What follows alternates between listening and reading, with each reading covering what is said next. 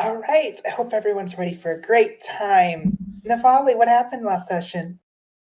Last session, we went to the spa and met up with Roswin.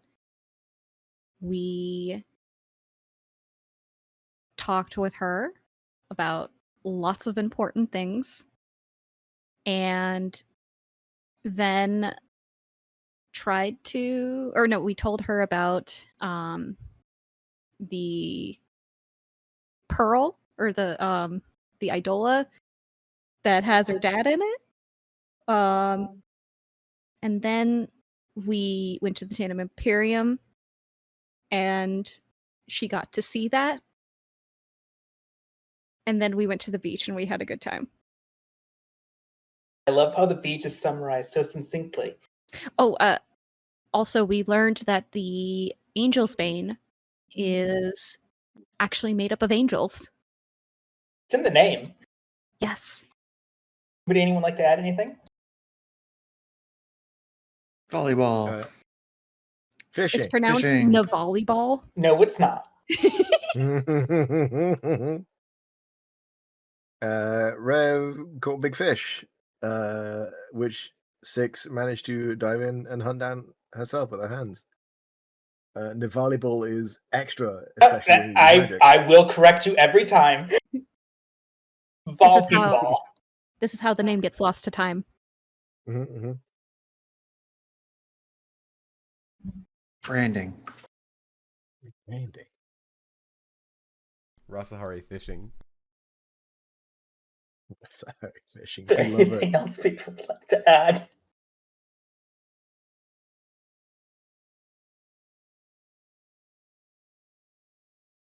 Seems not. In that case, it is the evening as the sun has gone down and several fires have been lit in order to start cooking the fish in more easier detail and actually have a full feast. Azel has just told you about Angel's Bane being a blade made of 50 angels and that it was given as a gift to the Fiend Lords General. Reverence. Why don't we cut to you for a moment? Okay. You wake up. You know what you wake up with. What do you do? What do? I pocket the little bag and the note, and I guess go out and rejoin everybody. For the sake of some simplicity, you see at the very least Navali and Familia having horrified looks on their faces over by their equipment. That looks important. I'll go check that out. Perfect. Just had to check.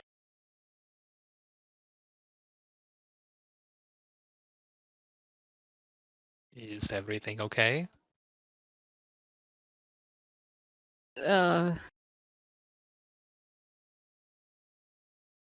Yes, but no.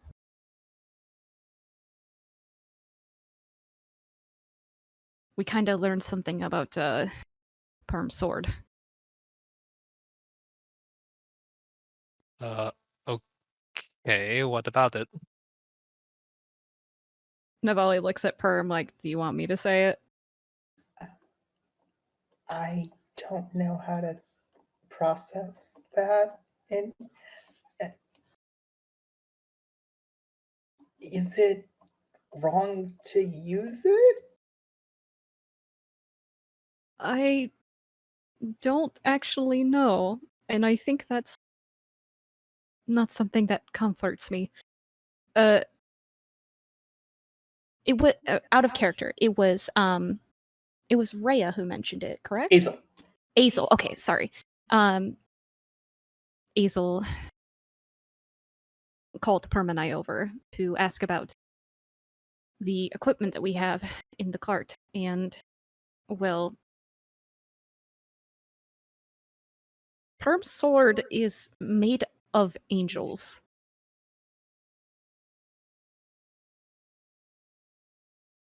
Like 50? Was it 50? I think she said 50. 50 angels. Hmm. I don't know that Rev is able to conceptualize what that means. He probably just looks confused. And you... Hazel knew this? I believe she just sensed it. I did catch her looking at our cart for some time, but I just sort of assumed it might have been something else, but I guess she just sensed it.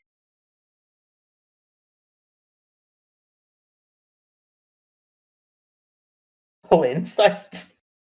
Ollie? Oh, Navali? Okay. One sec.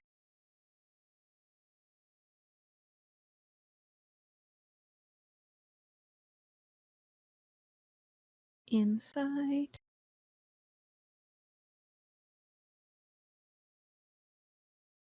She's not that far away. She has stopped paying attention to you and has gone back to sit down. But you look over as you say this, and it's not so much she sensed it, it's like she had seen it before. Scratch that. Perhaps she recognized the sword. I see. Perhaps I will have a talk with her. I'm curious now. What I guess I'm sort of thinking is we have been told about how Idola are made, but this sword isn't an Idola.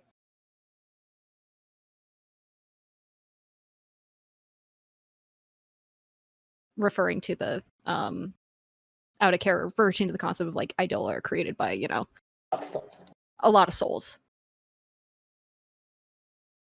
Does it mean it's just their bodies? Is that better or worse? I don't know.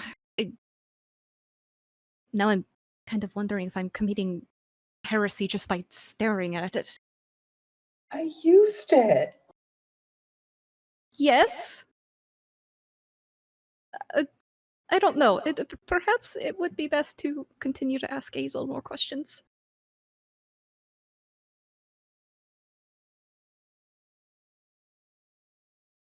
Do you want to do that? Rev will go do that. Navali will also follow. So after leaving you and going back to sit down, she notices that after talking to Reverence, only a few minutes later you come over to her and she just kind of looks up. Yes?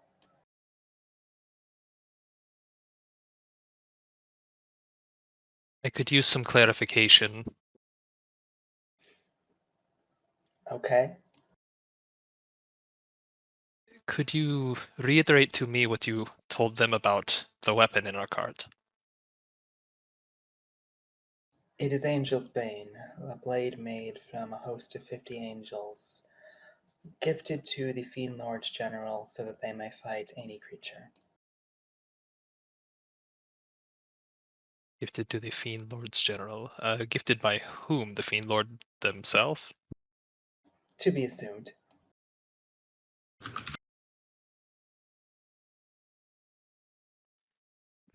I guess, what does that mean that it's here? Does that mean that the General is here?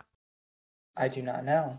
When I asked your companions about it, they told me that a friend had gifted it to them. That is an interesting friend. Could be your friend slew the general. Could be that the general is here. Could be that it was given up because they had found a better weapon and it was simply an artifact of a different time. I do not know.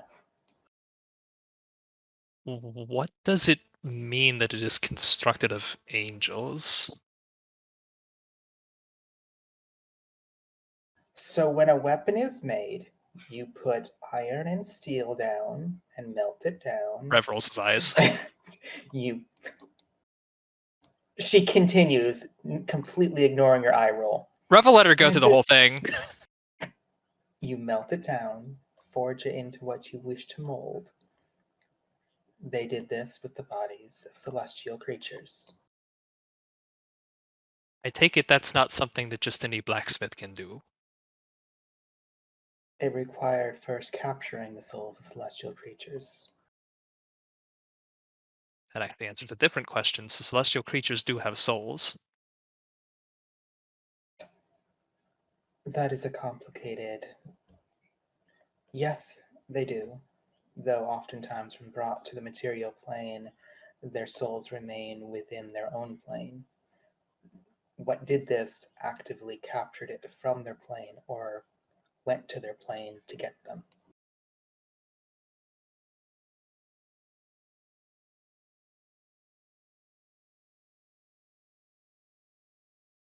So far more than just a mere weapon, then. To put it lightly, yes. I see. Thank you for your help, Basil. You are welcome.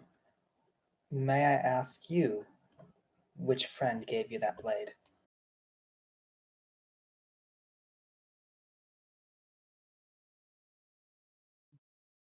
Rev from it was Butcher, right? It was Butcher, yes. Okay, Rev will say it was one of our guildmates, yes. Butcher, if you met him. I suggest you keep an eye on him. Indeed. I think that's a good idea.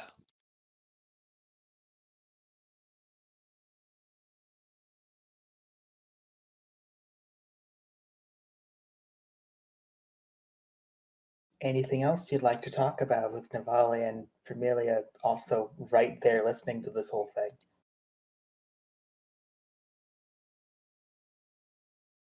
Rev's good. He will concede the floor to one of them if they have any questions. I will simply state that Perm has a shocked look of having no idea what to do with this information. So Navali. Yeah, Navali's also like not really sure what to think of all this either.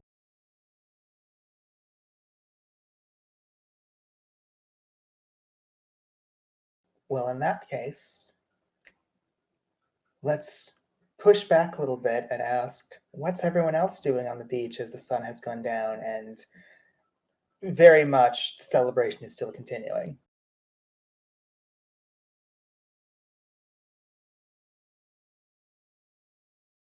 I think I had left off with Leo sort of playing music by a campfire. If it's sunset-ish time. He, however, is curious if Rosalind's going to show up, and so he's sort of looking around. But also kind of knows that she has various forms of glamour, just given her nature. And he would actually cast Locate Creature just to see if she's here already. You cast Locate Creature and she is within 400 feet of you. Is that... You look at an empty space nearby. You know she is there somewhere.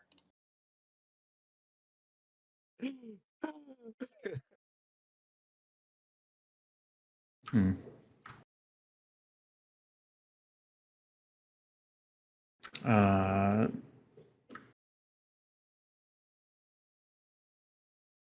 Leo's gonna just sort of put down his loot and walk in that direction. Sort of.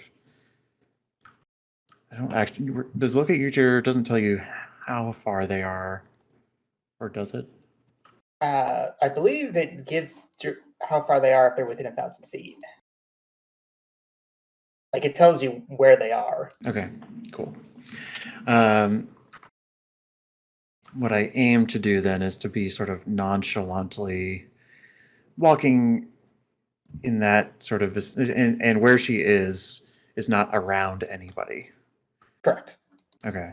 Then I'm going to walk in that direction as if I'm just like looking to go sit on the perimeter of the park, or the beach in this case.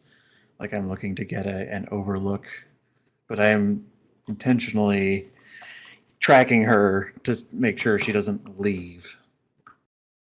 Or like I'm trying to gauge if,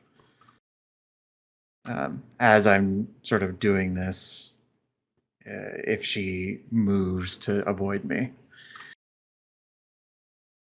As far as you can tell, she does not. Okay. Well, then I'll get approximately where I think she is, trying to not bump into her on accident, and just say, I didn't expect you to come. There is not a response.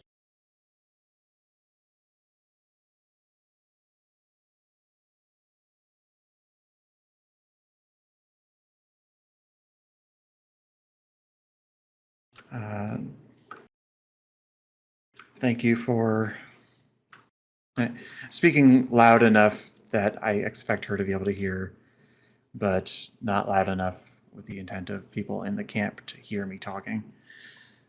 And I'll say, thank you for assisting with my departure. I found some interesting things, but nonetheless, I couldn't have done it without you.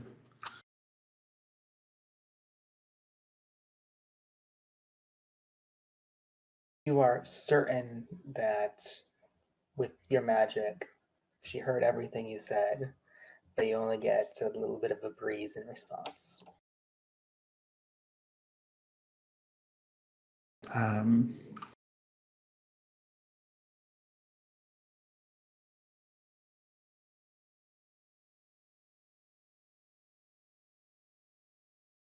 We have a road ahead of us, and I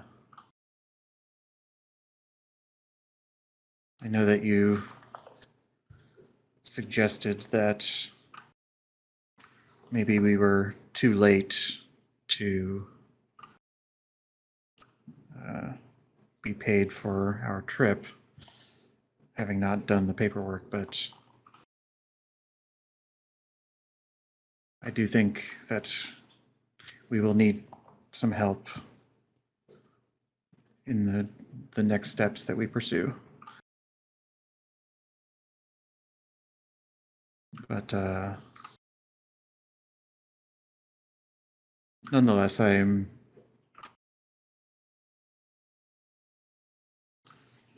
am eager to proceed, and I hope that we can I hope we can finish the job.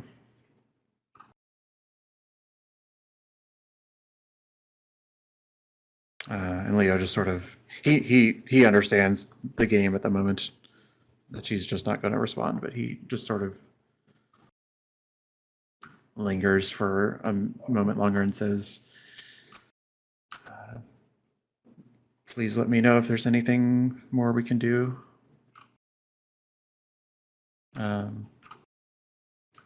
Also, your man really hates it when I call. So I hope he's not giving you too hard of a time.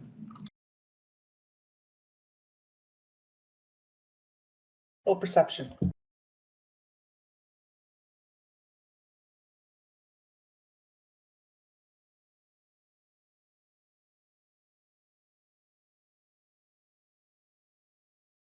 You are still very sure that you're speaking quiet enough that you're not going to attract too much attention, but loud enough that if she is nearby, like your magic says, she should hear everything.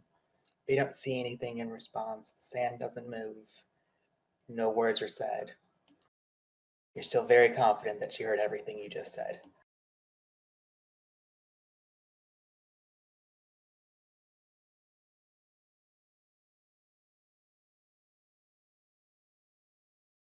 Well, back to it then. Feel free to join us if you feel like it. But if not, I understand.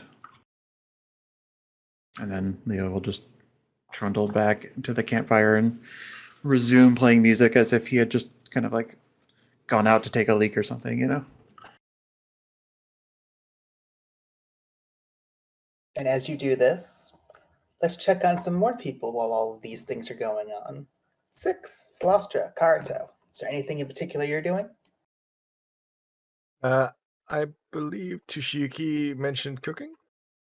He is currently setting up numerous grills, yes. Well, Kaido's gonna help.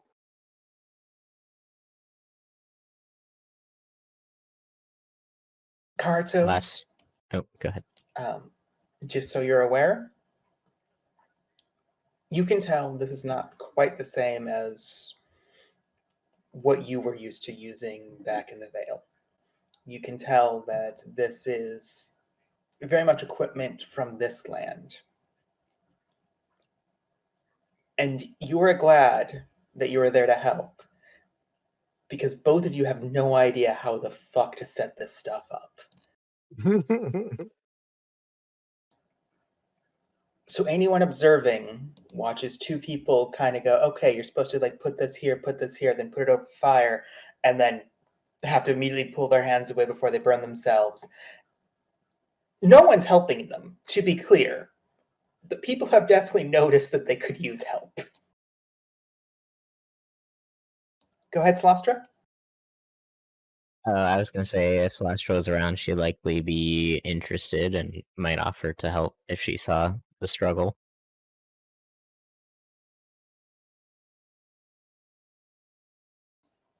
Could you roll me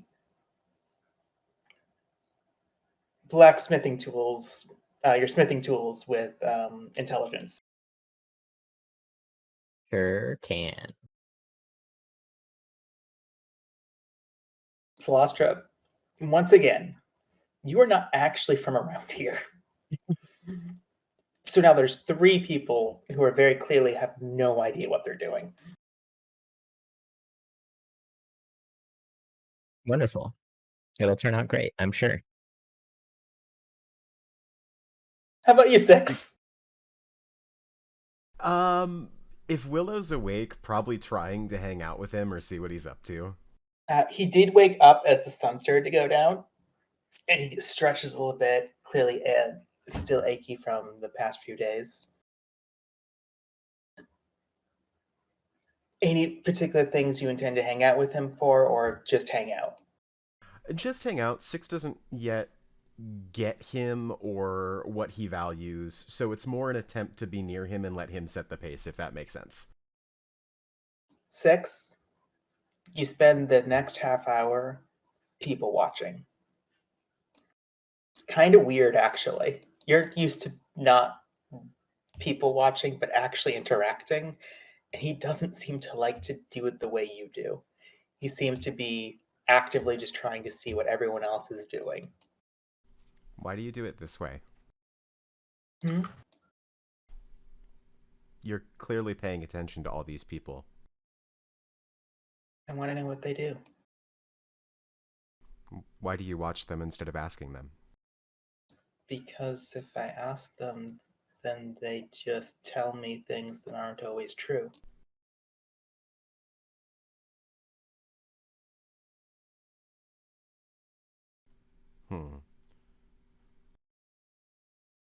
Yeah, that's pretty normal where they come from, isn't it? It can be. I wouldn't say completely normal, because to be clear, also in your culture, he'd probably be ostracized for not actively trying to lead or do something. Okay. Who's someone you think is interesting?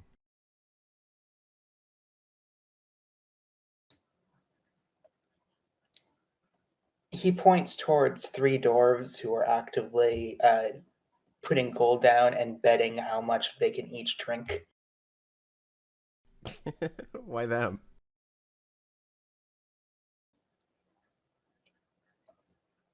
That is their 12th beer each. They're still moving. Shit. That's a lot. Dad would be passed out. Dad. Fuck, you're right. She watches the dwarves. And eventually, after some moments pass, observing what's going on with Salastra, Karito, and Tushuki. Do you know how to cook? Yeah, You do? yeah. It looks like they're trying to cook something and they're burning the shit out of themselves. So that's because they're putting the grill too close to the fire. Wait, you know what to do with that thing? Yeah. Why? Do you want to cook? We caught a big ass fish. I saw the tuna. Yeah, it points towards the like half cut apart tuna. I jumped in the water and beat it up. What? Well, it pulled Reverence into the water and it was going to get away, so I jumped into the water to beat it up. Why? I wanted to eat it. I don't know, it sounded like fun. You have not changed. That's only partially correct. She's laughing. She's not actually upset. Okay, I'll admit it. I'm selfish and a thrill seeker.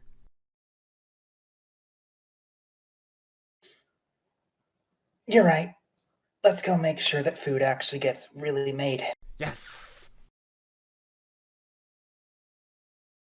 And after 5 minutes of struggling, the group trying to set up grills, get some people who actually know how to do what they're doing. Almost immediately, when someone knows what they're doing, other people come and help and set it up for you. You wonder why people didn't do this beforehand when you were clearly struggling. Karito, Salastra, you think people might be assholes. But as they get set up, a dwarf with very thick, dirty blonde hair and a long beard clears his throat. So I see we have a huge catch, and I would like to propose a contest. Because we haven't had enough of that, and last one almost destroyed the beach, and that was fucking awesome. Who here wants to see who can cook the best meal? He actively looks towards everyone, and a few people kind of look at him weird. Here's what I'm going to propose. There's 3 guilds here. Whichever one makes the best meal gets a favor from the other 2. How's that sound?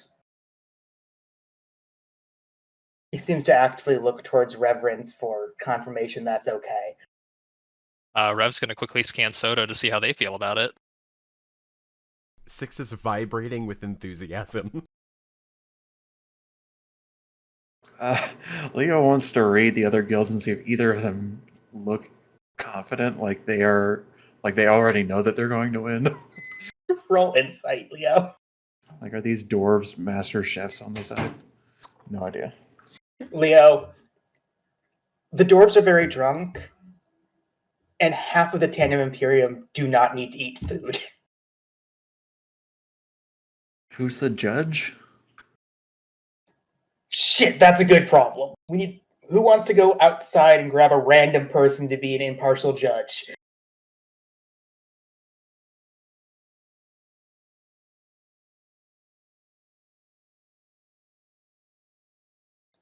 He pauses when there's a delay, and then let me roll exactly who does this.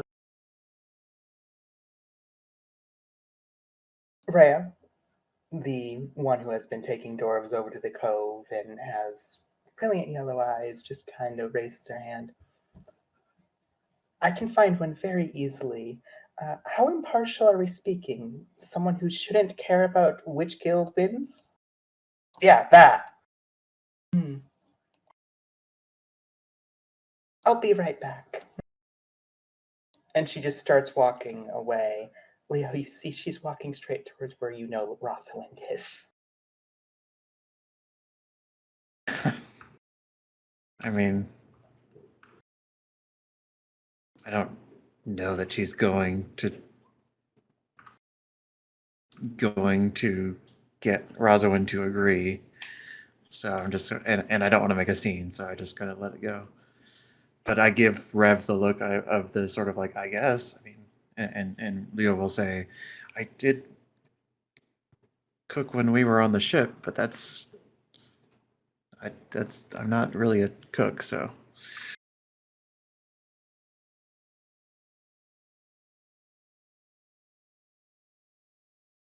I'm not hearing any no's, and in Dwarven culture, that's a yes. Yeah, if nobody seems like they're like dreading it or anything, Rev will just look at the guy and say, "Okay, we're in." And you looks over towards the Tandem Imperium, and he looks towards Azel, who's clearly the one who most of the Tandem Imperium look for advice, and she just shrugs. That is a yes.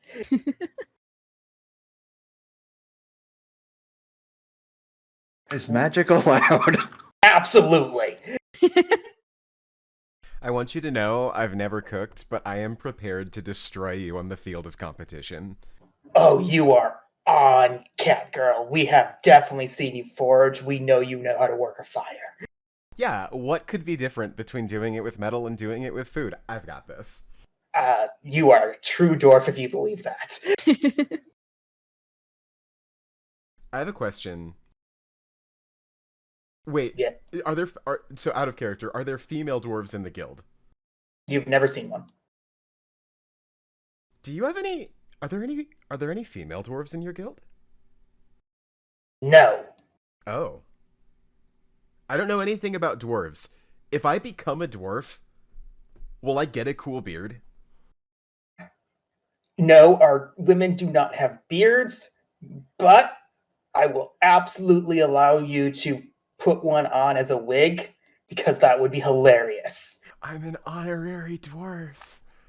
Oh my gosh. Hey, okay, this is totally off topic. The god that your guild Moradin? Did I get it right? Yeah. What is Moradin's favorite weapon?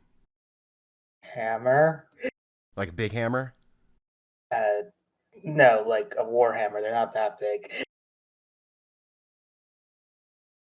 Put a pin in this. I'll get back to it later. Right. So anyway, let's set up the rules. Appetizer, main course, dessert. Must make all three. Where the fuck is that judge? Whoever they are, they're eating well tonight.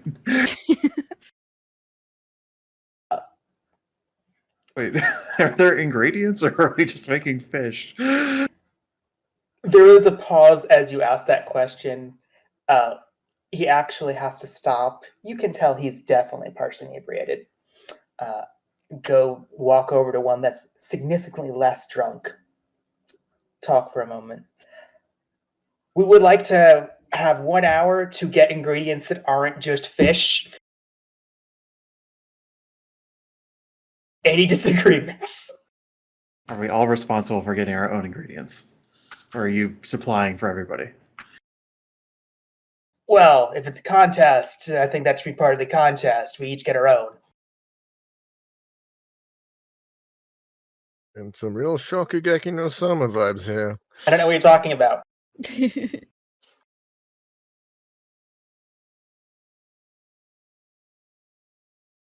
Alrighty. During this distraction, off to the side, you do see that Rhea comes in, and about 10 minutes later, as if entering the beach for the first time, you will recognize Rosalind in her normal human form, looking as if she's dreading everything as Rhea is setting up a table for her. So I have found the perfect person. The High Lord's daughter, the Princess of Dulveran, will bless our three guilds with deciding who gets to win a cooking contest. Roswin waves as if wondering why the fuck she agreed to this. Rev crosses his arms and looks amused. Naruto smokes.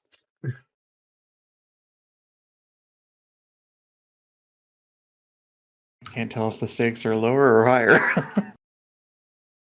And just to make sure, she has also agreed that, yes, officially, the winner will be required to give a favor to the other two guilds, but it cannot be something illegal or something that we would not normally do. Basically, just if you want our help, you may recruit one of our members for one of your missions or something to that degree. She was very legalese about this.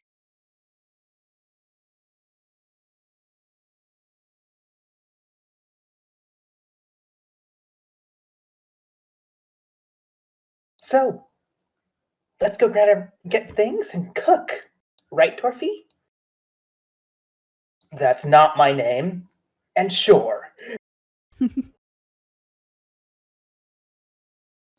So, let's take a step back and talk about cooking mechanics. Oh boy. Mhm. For the sake of some simplicity, as I did not want to make a 10-page minigame, you must make an appetizer, entree, and dessert. Each person can do one of them, and one person can help them. And then one person has to actually figure out how to present the dishes. You're not technically cooking, you're just plating it in interesting ways. You don't know if that's going to help your point total. You assume it will. You may ask your cohorts for help. They are part of your guild, after all, with the exception of Willow, but people don't know that.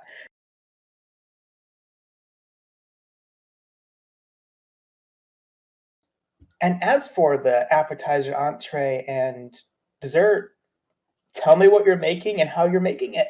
It's that simple. You know you have a shitload of fish. Anything else, I might actually add a gold price to as you go purchase the ingredients. Mhm. Any questions? Nope. You said we're working individually, but we can choose to help each other? You're working as a guild, but for making an appetizer, for example, if you want to make the appetizer, you cannot then also help with the entree. You're busy Oh, on I the see. appetizer. Yeah, I think we have 3 pairs of 2. And each appetizer, main, and dessert are going to have a primary and then a help action person. Basically. And additionally, you have to have one person who's then plating it. So presentation in general. Should we roll dice for teams, or do we want to pick? Sure. Up to you guys. I would propose that Navali goes on appetizer just because I think vegetarian main course for a dragon. Yeah. I was gonna offer Navali do appetizer or the dessert. Yeah, or dessert. That makes sense. Ooh. Okay. I have a plan. Kind of. It's not a good one. Do they sell like spicy shit in Dolvaran? Some. So in general, it's less like they make spicy sauces and more that spicy peppers do exist. What if Willow and me, Rasahari appetizer? Rosawind will like it because she's from there. I mean, we could do the stuffed peppers. We can stuff it with fish and add little bits of... Yeah, we could do that. I don't want to like steal your thunder, Navali, but you're sweet. You strike me as a dessert person. I think I know a dessert that might be good, so I don't mind.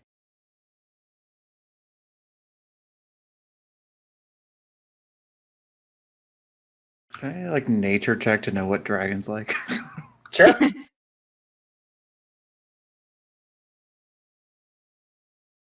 All right, guys. Here's what I think. Okay. Here's the complicated part. You've done, over the course of learning about many stories, you've heard many stories about chromatic dragons and metal dragons and know little bits about then and there. You've heard of them just straight up stealing cows or just straight up eating raw cows. So the moment we're talking about cooking, you go into this idea of you don't even know if they normally cook their food. So then you think about But no, she's also someone who has been living the noble life. Are they carnivores? You've seen her eat before. You've seen her drink before, so probably not. There's one thing you know for certain. And this is probably the most important thing. She has given winces every single time you have given her something that is bitter.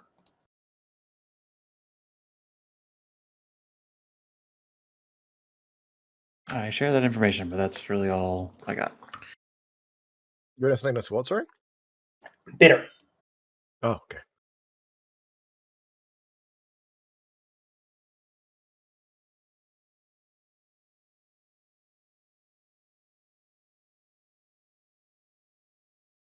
So I will state, 6, do you intend to do these spicy stuffed peppers? If he goes along with it. He's not going to object. What does the guild think? Does this sound okay? Sure. I think it makes Sure. sense. You will have to mark an entire 2 silver. Oh, Done. no. Yikes. From guild funds, right? Is this from the guild funds?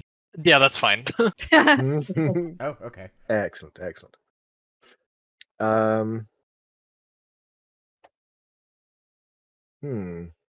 Dessert. Could do the Uh. entree. Leo wants to do plating. I will also say plating is also allowed to have help actions if someone else wants to help as well. Or sorry, I thought is plating for all 3 courses? Or Yes. does one person do? You know what? Because you have a shitload of cohorts, let's do 1 for 1. Okay. Also, Karito is going to suggest that we absolutely serve the main on top of a shield. Symbolism of it. That's so extra, Karito. I love it. The Do we only have an shield hour? you do have an hour, yes, to get your ingredients and such, and also probably an extra hour to cook. What about an hour to make a shield? You could absolutely do that with your, like, while people are buying ingredients, just ask your god, hey god, shield? But it's also a dinner plate. Yeah. Ta-da! Hey, I cannot rule against this. It is literally what your channel divinity does. You succeed. Yeah. Celastra be like, God, I know I need to smite my enemies, but I also need to smite them at this competition too. Exactly. You If I- make a dinner plate shield. Vali, It is huge. what kind of dessert did you have in mind? Well, my father used to make a really good carrot cake, and I watched him make it plenty of times, so I think I might be able to make one. I think I want to be plating your meal. Sure.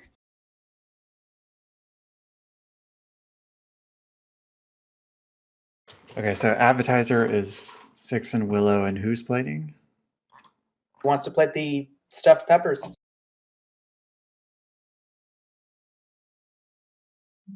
Hmm. I will, just so everyone's aware, the cohorts will do require you to ask. They will never volunteer. May I make a suggestion out of character? Go for it. I would like to suggest we ask Rose. To plate the stuffed peppers? I love it. My thinking is like she is a noblewoman, Oh yeah, so she knows good Might plating. have some artsy ideas. Yeah. she has standards at least, Yes. whether she's good at it or not. I love the thought of Rose being handed the Rasahari recipe and being told, make this look good. Legitimately She's like, makes me "What laugh. I this?" approve of this. Okay, Rose, I'm play being this, but punished, don't aren't be I? racist. I'm unsure exactly what you mean by don't be racist, but I can make this look delectable as you describe exactly what you're doing. Karito would like to volunteer his services as sous chef, using his excellent playbook.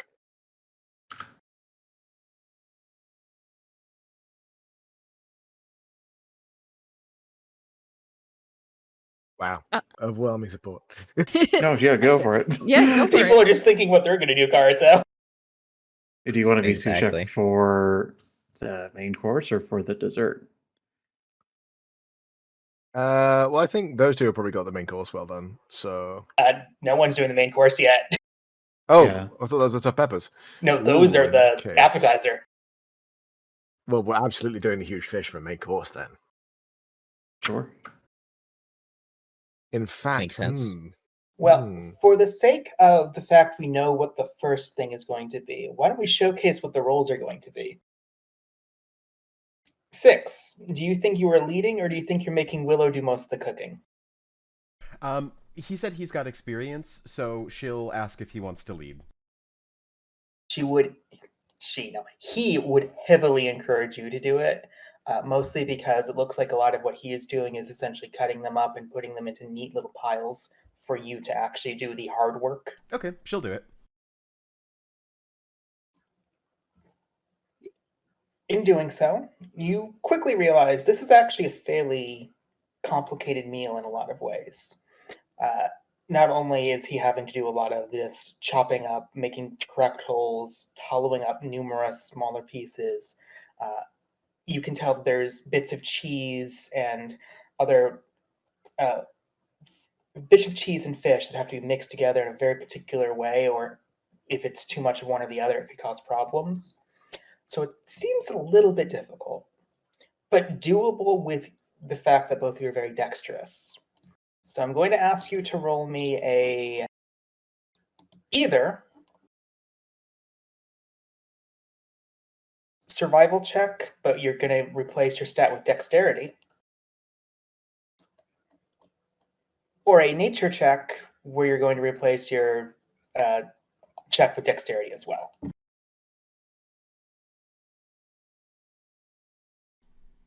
History, not nature, sorry. History? Okay. Here's a question. If it's history, can I use tactical assessment? I will allow it. Okay, I will choose history, tactically assess the ingredients, and then roll with dexterity. Correct. The finest quality, most capsaicin peppers you've ever seen. This is more about the perfect balance and getting them in a way that when you cook them, they're not going to melt out.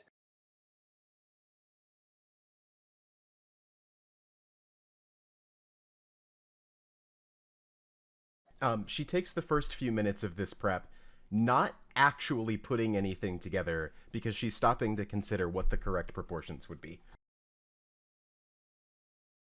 And as Willow just kind of puts it off to the side, then puts it next to you, you start measuring in your head for, okay, you've cooked cheese before. You know it expands. You know if you put too much of the cheese in, it'll expand too much and cause it to start to rupture, and therefore it won't taste as good when you bite into it. So you push some of the cheese back, put it in, and as you essentially made a small little oven out of these campfires because you're making two things that definitely will require that, they come out and smell delicious.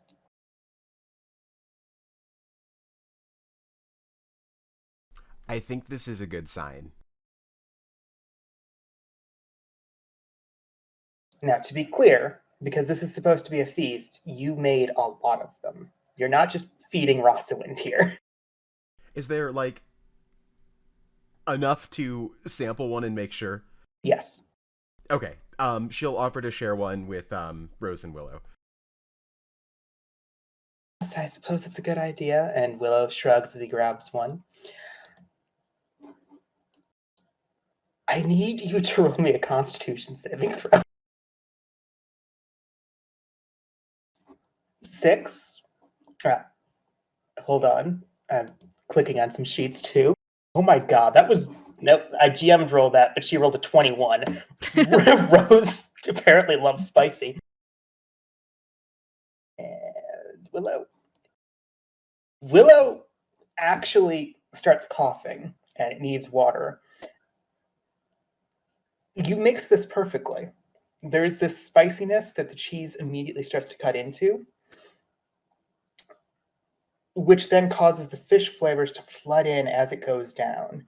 It is amazing mixtures of spicy into this very savory, cheesy flavor that goes straight into this, really enhancing all the flavors. You see Rose just take another one and slowly eat it as well as she starts putting them onto a plate. She pauses for a second. So, what do you mean by not racist? That was a joke. Okay, because I was going to shape them like they're a cat claw. That actually sounds cool as fuck. Go for it. Oh, sorry. Rose, I knew that you were the perfect choice for this team. I know, I am the best, and she is completely ignoring you, and you see little spectral hands actively moving them for her as she continues to cast Mage Hand.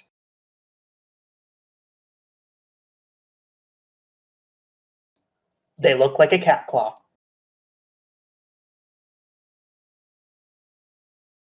That is your appetizer.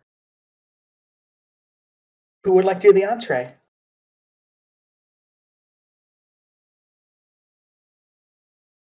I'm going to make a reference, which is probably going to please Mega here. And I've come up, that's it. I've come up with a new recipe. All right. I'm going to be very upset because I know where that's from too. But continue. Good. Let the hate flow through. I like 15. Yeah, but quotes. Ignis is best. Ignis is fantastic. We love him. Carito wants to go for simplicity for their main course, but also wants to continue the spice theme, and is going to make some spicy tuna rolls. I will remind you, there is no rice in Doveran.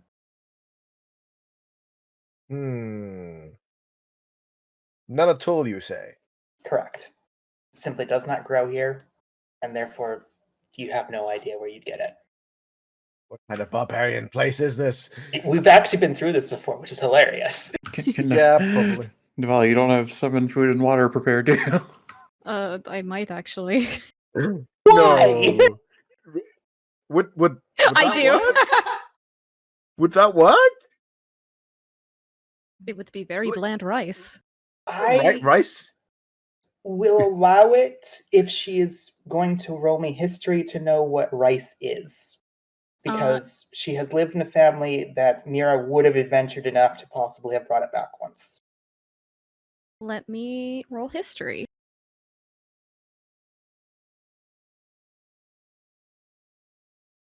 I am upset to say this. You may create rice. Hell 80 no. pounds of it. Rice, yes. I can create 80 pounds of rice. Just know it's gonna taste bland. So Carito, gestures like some soothingly, like, let me deal with this. It will be fine. all right. And Navali will walk off a little distance so that the rice doesn't just like destroy everything around them. And she will cast create food and water. By that she means create rice and water. You create mounds of this white thing that most people do not know what the fuck this is off to the side that make both Tushiyuki and Karuto extremely happy. Is it raw? Like It's currently raw, yes, but like it's cooking. Leo grabs a handful and is like, "Seems you eat this? This is hard." I'm writing in my notes. Navali knows what rice is.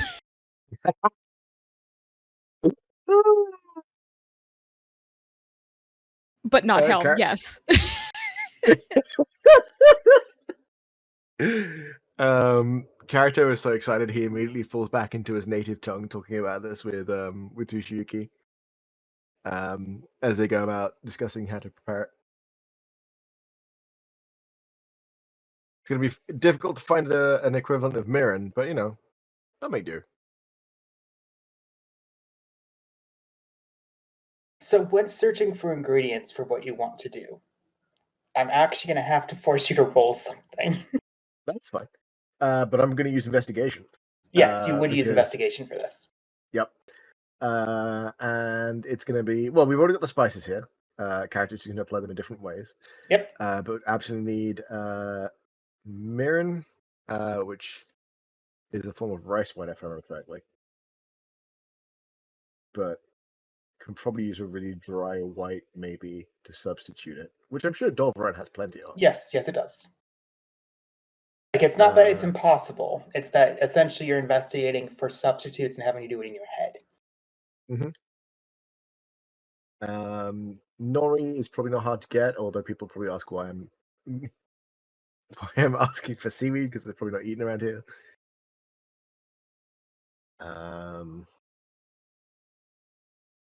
Fuck, what else? Scraping my memory banks for how to make sushi. It's been so long. Wasabi. Wasabi, you're Would be obviously impossible.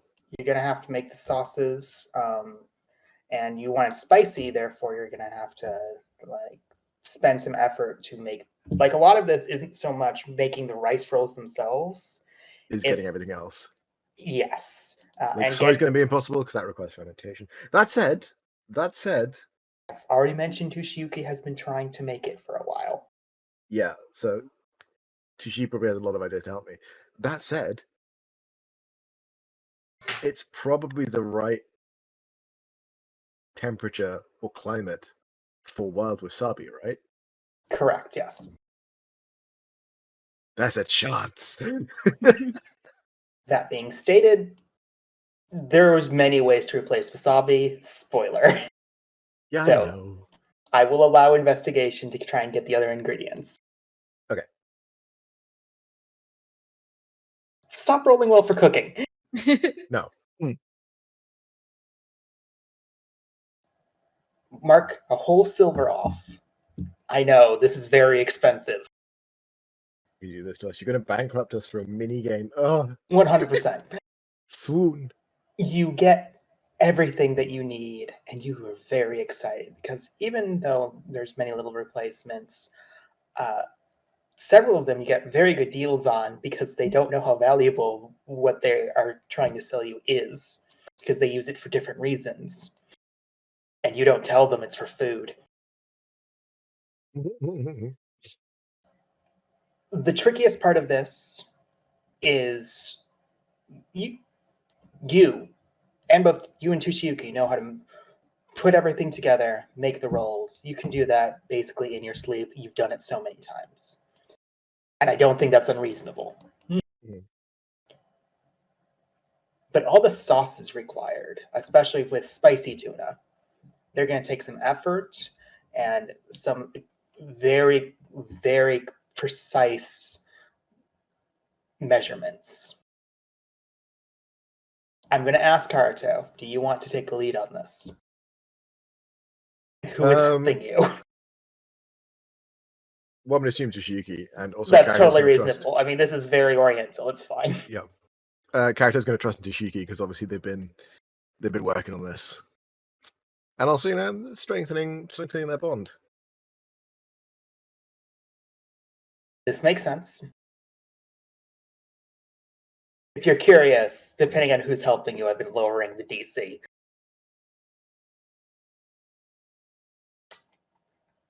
I'm looking at... So, the bad news is, no matter what, you're rolling with intelligence.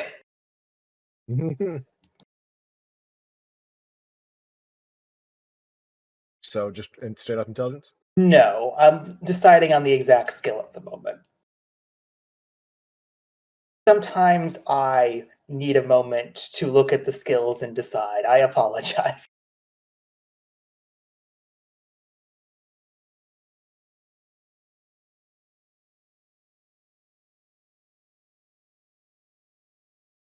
You know what? This is definitely historical for you. So history would be one of the choices. Okay, any other? The other one, I am going to say sleight of hand because this is a very precise work. We sleight of hand, baby. Let's go. +5.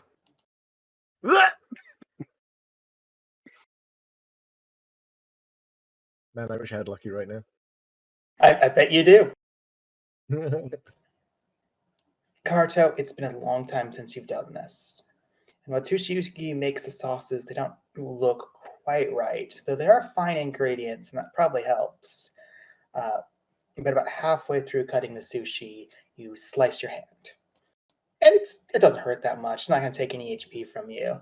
But it does require you to basically have to go finish this up so I don't bleed over our food. That being stated, you have definitely made a foreign delicacy. You have no idea how that's going to land. I'm able to bandage my own hand. Easily.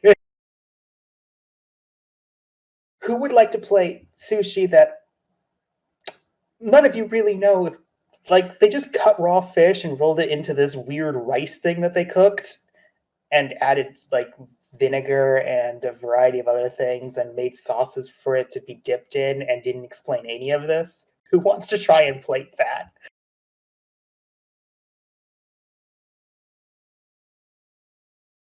I could plate this instead of the dessert if somebody else wants to do dessert.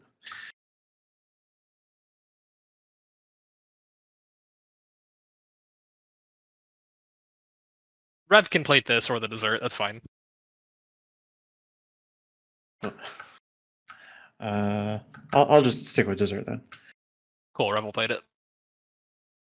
How do you position the sushi? What do you do with this thing you have no idea what it is?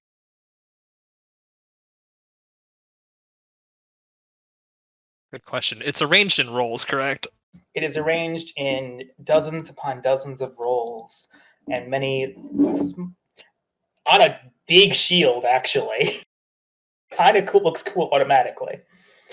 And then there's tiny little bowls that are filled with many sauces. And this green gunk that you don't quite understand, and this small piece of what you assume is ginger. You'd normally use that as cooking, not raw.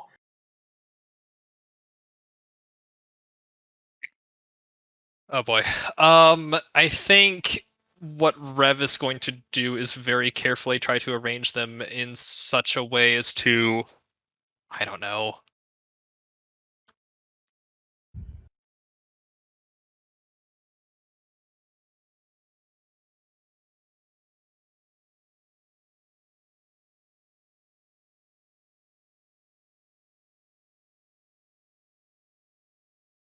Yeah, I don't know. I'm willing to wait.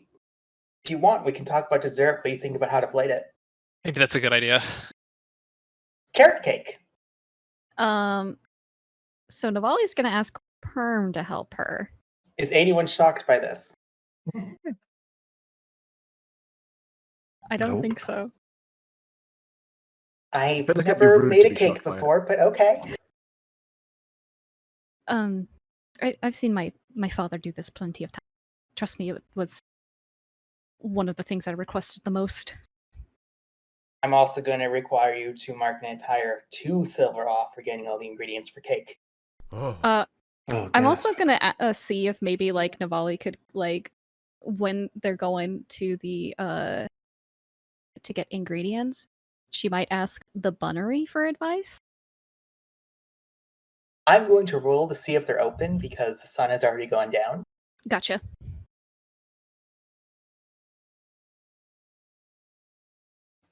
They're open.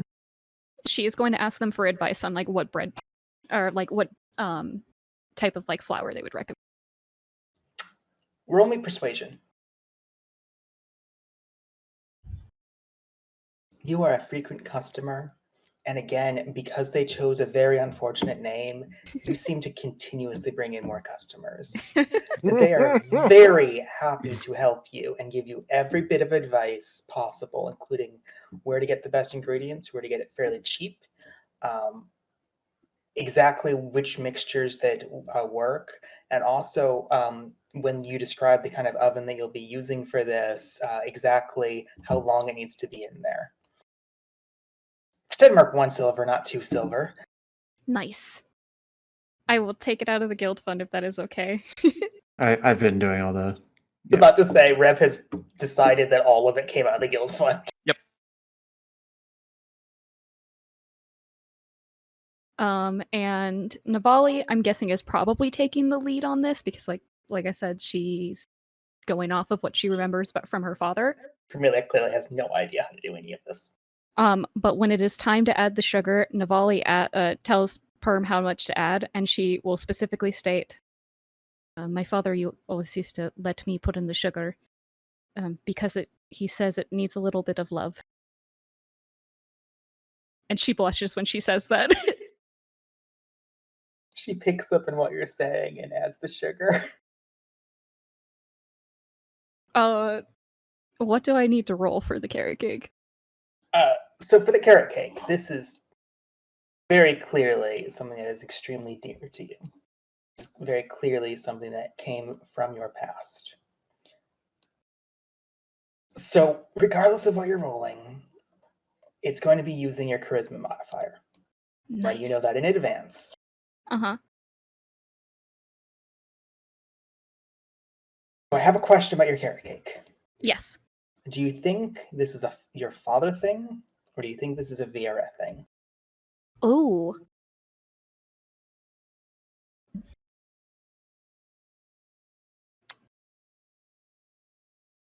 I would argue that it's more of a father thing because I don't think she probably sampled many other VR and carrot cakes.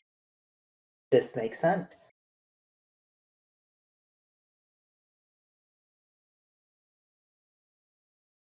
Okay. So I'm going to give you 2 options, and they're both going to sound a little weird. I have justifications for both, however. Okay. Either persuasion or not religion. Don't ask me to roll religion. Medicine with charisma. Oh, medicine with charisma. It's about Interesting. measurements. I think I'll still go for persuasion. Sure. All right. Ew. No. Bummer.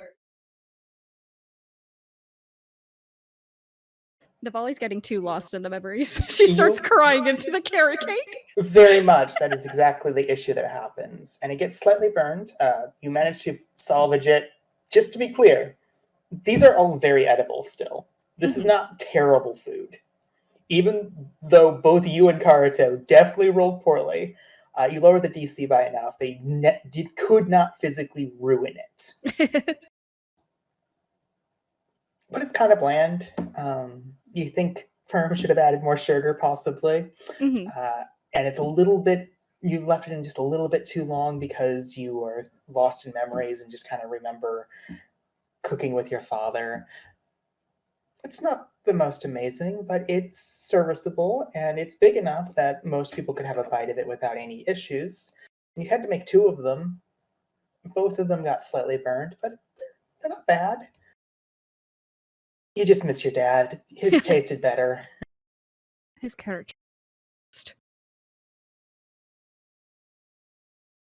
Leo, these 2 slightly burned carrot cakes are brought to you for plating. Can Leo reserve, not knowing the formula of presenting them to her, what Leo wants to do is wait on her. Sure. So once the dessert is ready to be served, Leo will be delivering it to her functionally. Makes sense. So let's cut back to Rev. Did you think how to play the sushi? I guess maybe. So okay, they're cutting the rolls, and there's a whole bunch of them. Correct? We're feeding a lot of people. Yeah, there's easily 100, possibly more.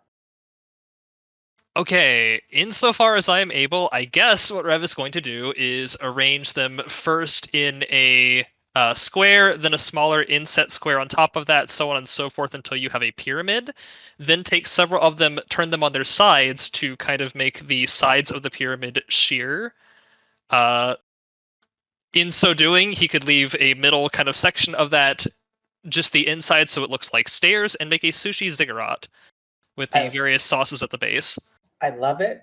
Roll me performance.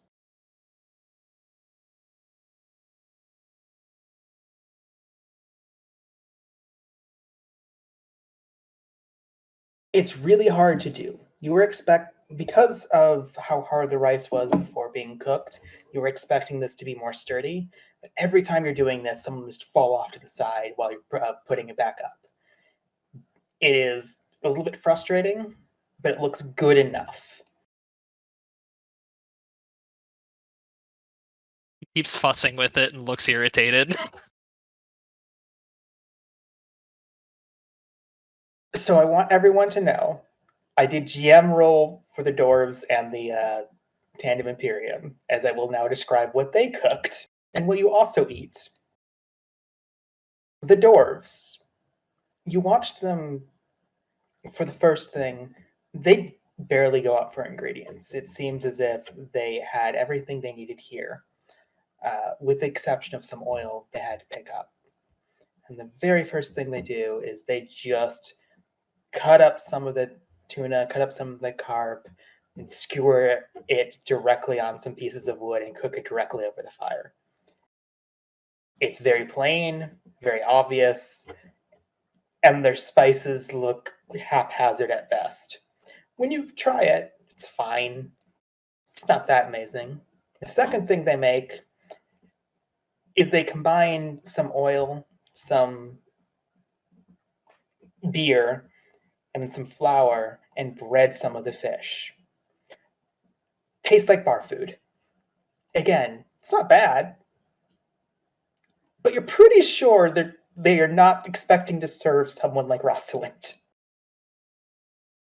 And what really surprises you is they just grill some fish for their desserts. You are positive they don't understand what dessert means. That being said, each of them get directly served on an anvil that they personally brought over. Well, So it looks fun. As they serve it to Rosalind, one of them proudly boasts, "Just so everyone's aware, she doesn't get to everything. She can only judge the things she eats."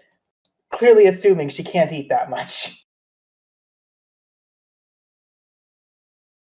Needless to say, he does not know that she can easily eat anything that is put to her.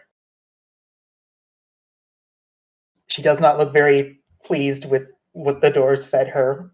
She doesn't hate it, is very polite, but anyone paying attention to her face can tell she did not really enjoy that. What was the most upsetting to me was the Tandem Imperium, who I jokingly told do not eat food, rolled above 15 in all three of their rolls.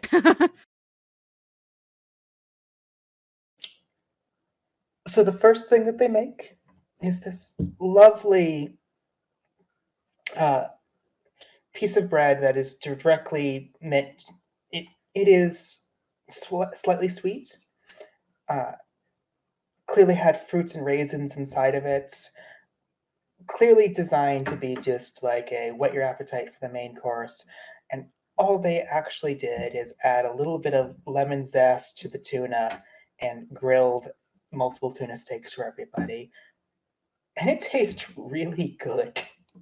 It immediately makes you realize that sometimes simplicity is very easy, but also really delicious.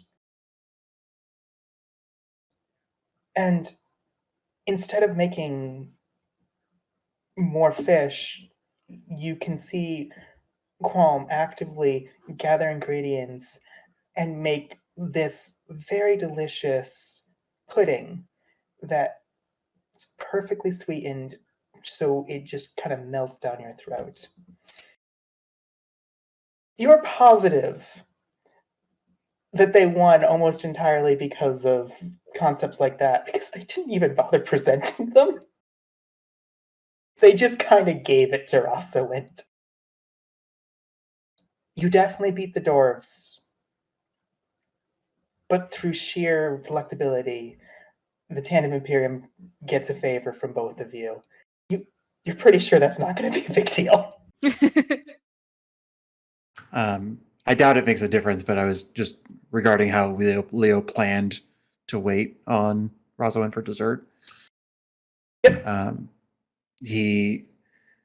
His whole ordeal was that she likes to be she lives the fancy life that she likes to be waited on, and so Leo would have presented the carrot cake on a floating disc, the ritual spell, and would have had his arcane would have had his unseen servant like with a fork offering her like individual bites. Roll me Arcana.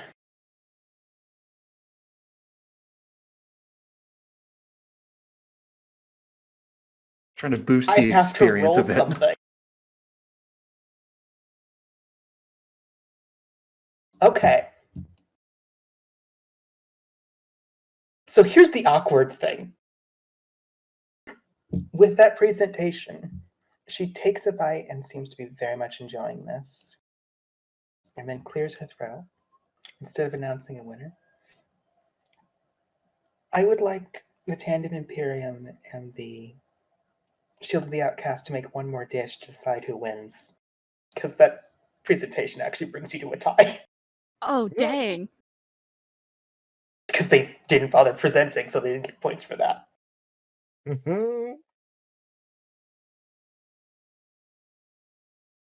The final dish. Another dish, huh?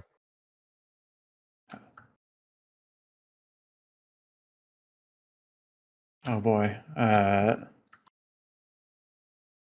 Everyone stares at Celestra, who hasn't cooked yet. We have VD as well, potential helper.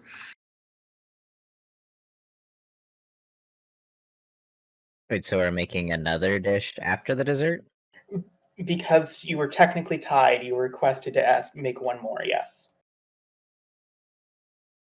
Anything you want. Celestra seems a bit concerned at this, given her performance cooking earlier, and she's like, guys, I don't know what to do. I didn't plan for this. Do you have any dishes from your homeland that you like? I mean, we do eat a lot of cooked meat. By the way, just because I feel like I should mention this as VD got mentioned, Karato, could you roll me insight?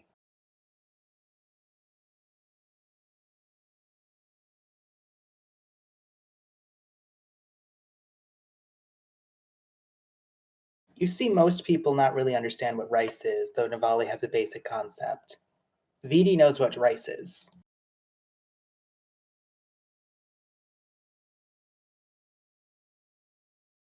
Very interesting.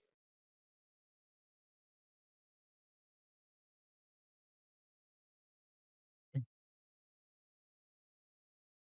you have any? Does your magic inspire you in any way? I think it may be one way to impress Rosalind.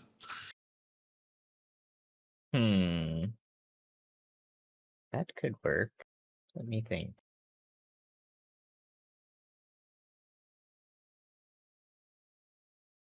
Skern. What's up? Could I use something like elemental weapon to like turn the shield plate into like a permanent hot plate? I will absolutely allow that. Or if you have heat metal, which I think you do. Yeah, I do have that too. That works. Celestra inventing hot pot? Okay. What can we include in like hot stir fry that you guys think Rosalind would like? Well, we still have plenty of fish, right?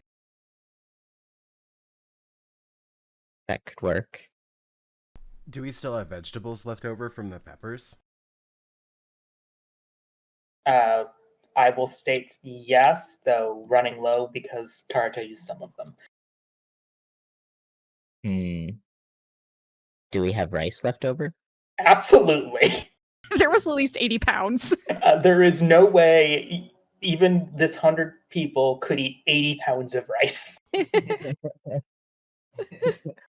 Maybe we could do like fish fried rice. Oh. What do you guys think? I think anything you do will be excellent. Celestra looks concerned. Celastra, I wish to impart my words of support and wisdom on you. Please do. I have no fucking idea, so let's just do it. Let's do it. What's the Okay. worst that happens? We lose to the Tannin and Therium. They're our friends. That's true. Question, what should I do? VD just raises her hand. I was just about to get to that. Do you have any ideas? I've also never really made fried rice. So sure, that works, but Does your magic inspire you? I don't think she'd appreciate being charmed. I mean, they said magic was allowed. I would like to request to do something that should not work, but if it does, be really funny. When we serve it, I shout at her, enjoy.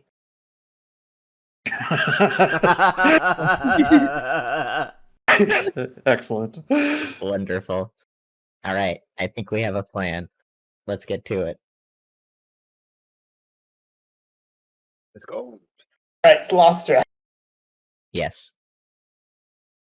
Can't believe I have to wonder how do you make fried rice on a burning shield with magic and have to decide what skill that is. Could it be Arcana? It definitely could be Arcana. You know what? I'm just gonna say it's Arcana.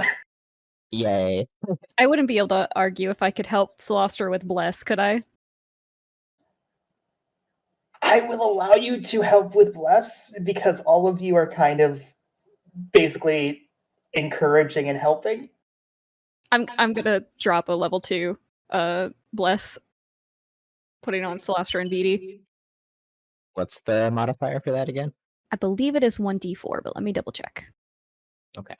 It is So 1d4. Isn't It is Bless 1d4. attack rolls and saving throws? It is attack rolls and saving throws, not skill checks. Oh, bummer. Yeah, Okay, maybe if- never mind. But it'll feel nice. Yeah, I don't know if anybody has guidance. That would be the ability. Well, to- I'm Lastra attacking the does. food with fire. I guess, you know.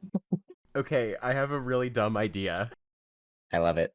Can I give Celastra Commander's Strike, ordering her to fry the rice with more enthusiasm?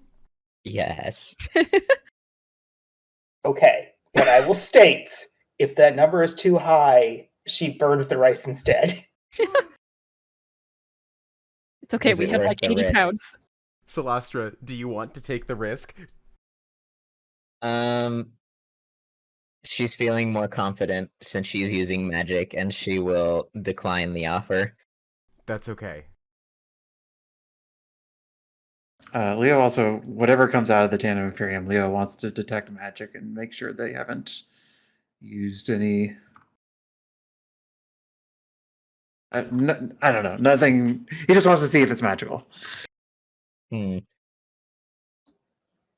wouldn't drug her, but he's just like, I understand. And it is Crow who actually has to do the final dish, who also looks like, what the fuck do you want me to do? Perfect. What role would you like, Skarn? Arcana. Okay. Oh, excellent. Whoa.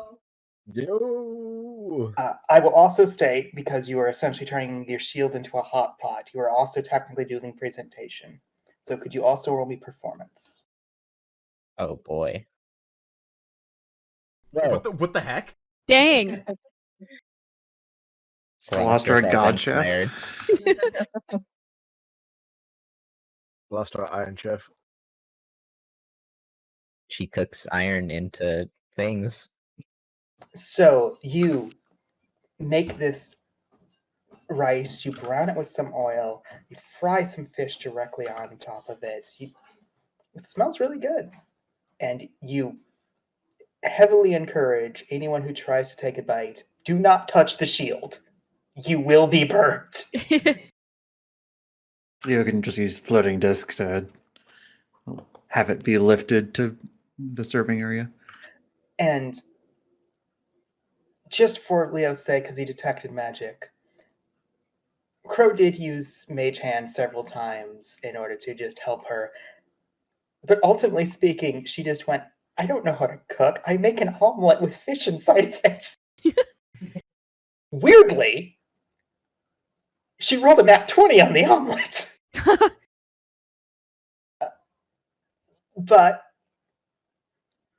as Roswin tries both of them, a little bit confused by both offerings, And then VD commands her. VD shouts, enjoy! And I have to open Roswin's sheet and roll a wisdom saving throw.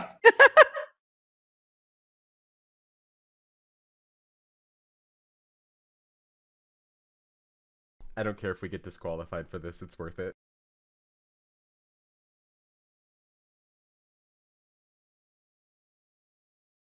Forgot where I put it, but I remember her modifier, so I'm just gonna roll it directly.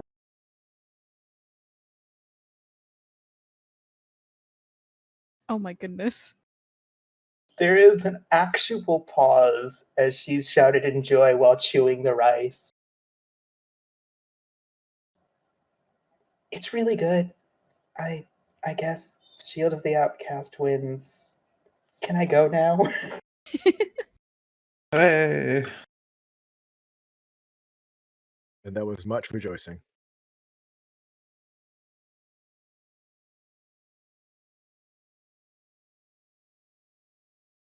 There is some cursing by the dwarves who clearly expected their plan of overfeeding her to work and seemingly confused at her seemingly bottomless stomach. Something which Soto is well aware of. The fact that she's a giant dragon means this is probably nothing.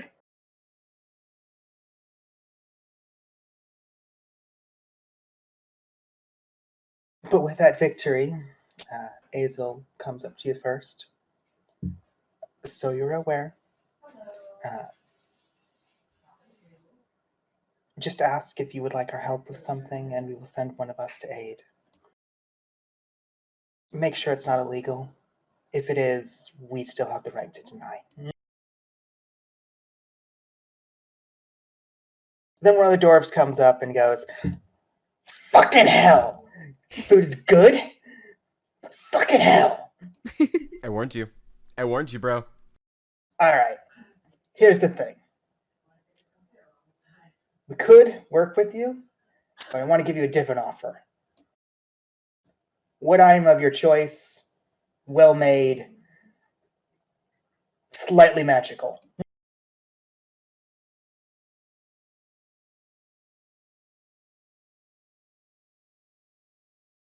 Ooh. Mm. Out of character. I think that the item is the superior choice. I will state that an individual dwarf, many of the ones that you would actually help, are equivalent to your current cohorts. They're not bad. I actually like the idea of an item. I feel like, in honor of the competition, you should see about getting Valley a shield. Yeah, I was actually thinking the same thing. Yeah, great minds. We have Great minds. several shield users in the party. I will not say no to another shield. Is there a It can particular be- insignia you want on it? Seeing as I use Navali's shield as her like paladin spellcasting thing, I would request it has helm symbol on it. Alright, I'm gonna need a picture of that because I don't worship that god, but that's fine. That's not sacrilege.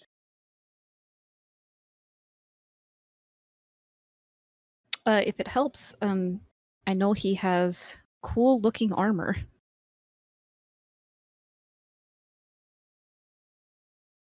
But if Navali actually has her shield with her, she can show the. I mean, you You have the just symbol on show- your forehead as well. Yeah, it's Oh, yeah. literally on your forehead. Yes, Mhm. just kind of point at it.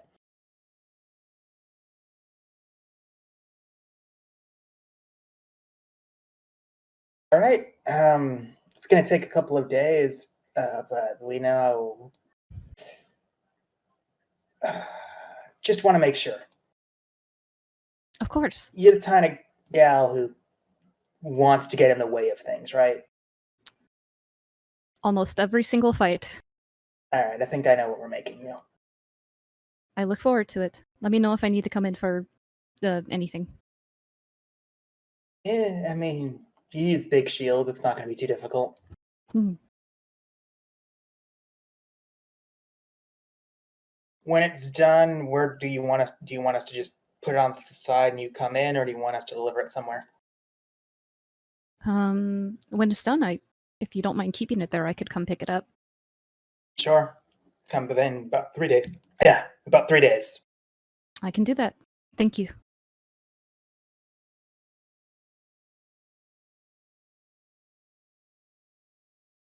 Also, this is just minor. When you come, could you bring some of those stuffed peppers? What do you think, 6? I'm down. Willow, would you be good to do it again? Sure. He seemed actively confused about being complimented.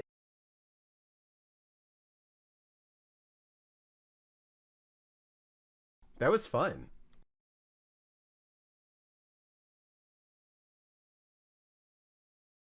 And with finishing cooking, it is now well into the night, and while celebrations and partying is still very clearly going on, it's getting to the point where people know they have to start leaving because they will have to wake up in the morning. So I will ask, is there anything else the party in particular would like to do before the beach episode officially ends? Navali is going to offer to give anybody any of the 80 pounds of rice. But she will say that, like, it is going to go bad within 24 hours, but you can have it if you want it. No one wants to take the rice. All right. Maybe I might bring some to orphanage. Tell them to eat it, like, in the next.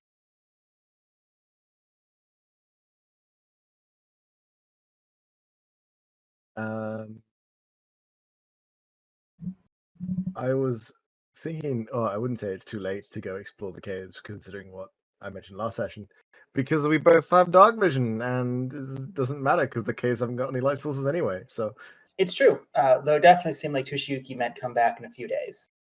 okay. Character's fine with that. That being said, if you're like, I'm going to go explore now before, people are starting to leave, he's not going to stop you. He just might not join you until a few days later. Yeah, character will not do it by himself. It's But I too want to eat scary. you. No. What? There might be monsters. It'll be funny. Verboten. Listen, nobody can die on the beach episode. Sure.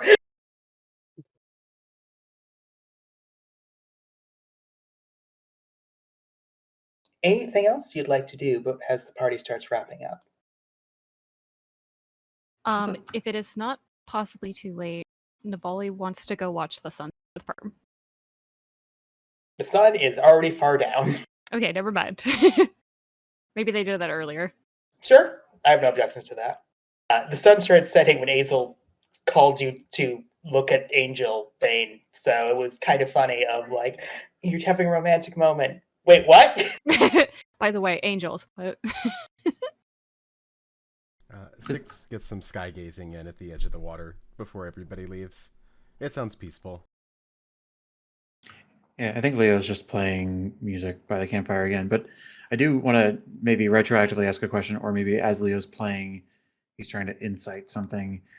He found it interesting that Azel came over and talked to us about the favor and not Crow. Sure. So Leo's just trying to read, like, did something change? Is Crow not? Roll insight.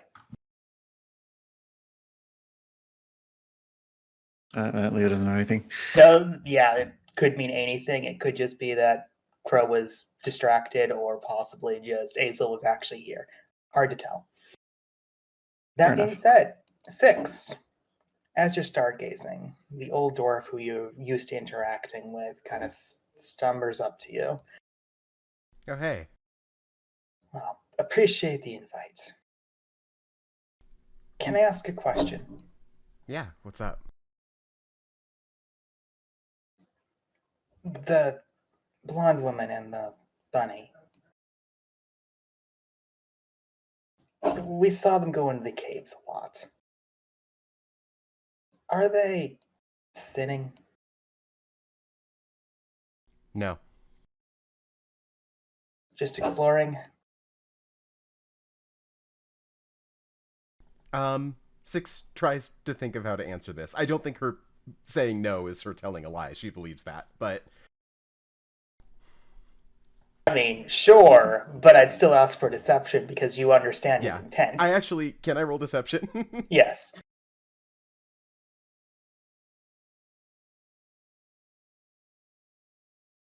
Yeah. You can tell that he's definitely eyeing you, understanding that what you just said was too quick and too practiced in that sense of you're protecting them. But he does continue with asking, just exploring. Just exploring. Well, you should probably tell them not to explore so publicly next time. A lot of the younger ones say they got drunk and could hear noises. Must be the monsters in the cave, but Mm. I'll tell them. Mm-hmm.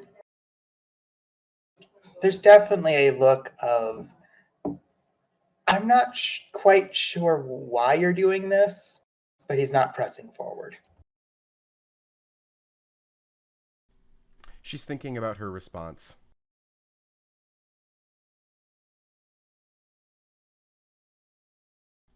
They're both good people, and I trust them. I'll make sure. Or I'll pass your message along. Good. All I ask. Don't hate any of you, but understand some sacrileges can't be ignored. I appreciate that all of you came out here and brought so much booze. I hope the food made it worth it. It was good food. If I can ask, how'd you get the Guild of Prostitutes to come? They're our friends. Really? You didn't pay them? No, we work together. uh, Well, okay, I'm not a prostitute. We're not prostitutes, but we... I know you ain't. Missions. There is a lot you can learn from them. They're really smart. There is a pause. As you can tell, he definitely wanted to say something dirty, but stopped himself after his previous conversation and remembering that this is not appropriate at the time. Six seems satisfied. That was the point of saying that they're smart. Don't talk to them much. They cost too much to talk to usually. But it's good to know that they're smart.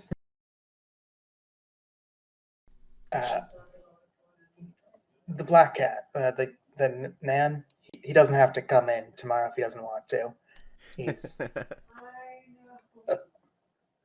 He's a good kid, but this is not his life. I'll tell him. I think he was determined to see it through because he said that he would. That's why he's a good kid. He shouldn't do this. He caused a lot of, we have to fix that problem. Understandable. When I offered, I didn't mean to create any more challenges.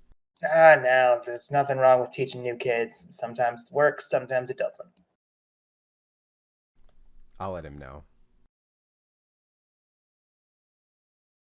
As usual, if you or the snake ever want to come in, we'll find something for you to do.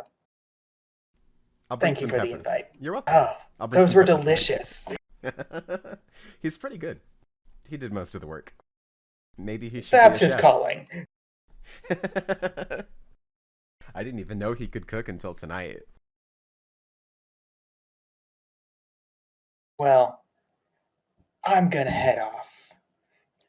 Just so you're aware, any booze that's left over is considered property of whoever takes it. She looks around and then makes motion to stand like, I'm gonna go get some. He nods as he starts to leave. Have a good night.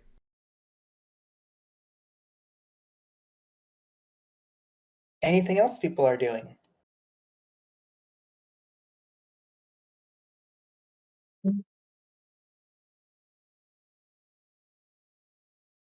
If I may ask a question, Rev, do you go back to your whole stand off to the side and kind of observe?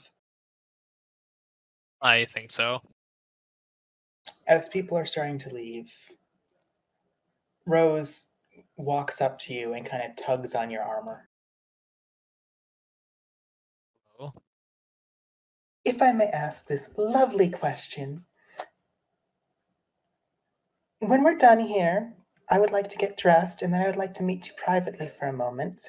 I feel like I have many questions to your attire, and I feel like it's better done privately.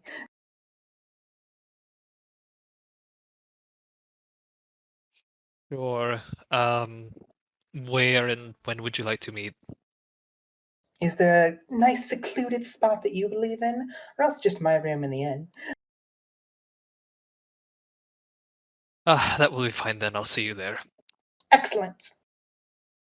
I'm going to go get changed now then.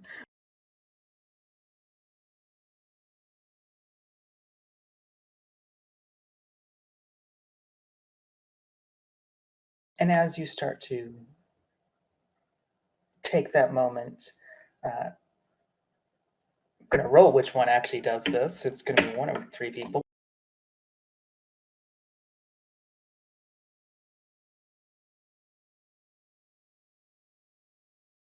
Rhea's going to try and wave some of you down. Hello. It's going to probably be Navali. Navali, can I ask you a lovely question? Yes, of course. Well, as we fully intended to simply not be open today because, well, we're here, we have plenty of beds. Do you need a place to stay? I could see if any of my guildmates need one. I figured it would be an open offer for all of you as a thank you for everything. Additionally, this is... Crow really liked that fried rice. Could you teach us how to make that? We always make... Anytime someone has tried that spell, it's always bread. Could you teach us how to make it not bread? Oh, yes, of course. That sounds fun. I would enjoy. Thank you. Now, I would encourage you to partake in the alcohol we have, but I don't want anyone throwing up and puking, so the pets are available. It is appreciated. I will go ask my guildmates. I will say just when I do help with the fried rice, just be prepared for there to be a lot of it. We saw. As long as you are prepared for that, then it should be fun. Navali will ask everybody in Soto if they need a place to stay tonight. Absolutely. Means we aren't either renting a place or trekking back to the guild or the vinery. I also Vinery's fine assume then. that Navali and Perm probably still have their...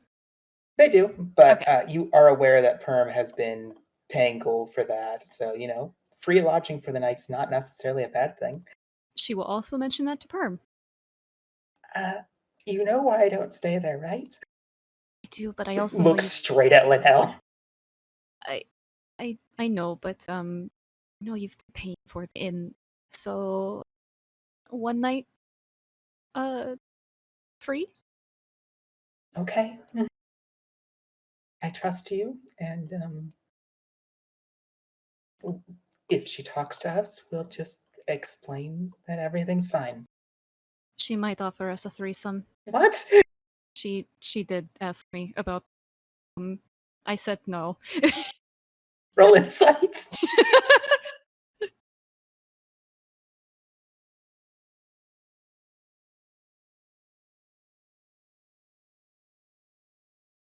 You're completely unsure about her face in response. Yeah, that's probably because Navali is still embarrassed by the question that was asked. It will be fine, Perm. It will be fun. It will be fine. So, for the sake of some brevity, I will ask, who is actually going to stay with the Tandem Imperium? Rev will after his errand. Character. Sure. Yes. I'm just going to assume then the answer is everybody. Let's do it. Good. You all begin to shuffle off, though Rev splits up for a moment. Rev, do you tell them what you're doing? Yes. Went to go meet with Rose. Additionally, when told free lodging, VD, Willow, and Tushiki are not going to say no. Leo will offer to Rev. No. Well, it's unclear if you're walking with Rose or No, are you she meeting left Rose. early. Okay. Leo will offer to Rev, like, it's laid out. Do you want somebody to walk with you? I think it should be alright. As a reminder, Rev is the only one who's fully armored, though Navali and Permalia's stuff is in a wagon nearby. I mean, yeah, Leo can summon a sword with magic and it's fine. True.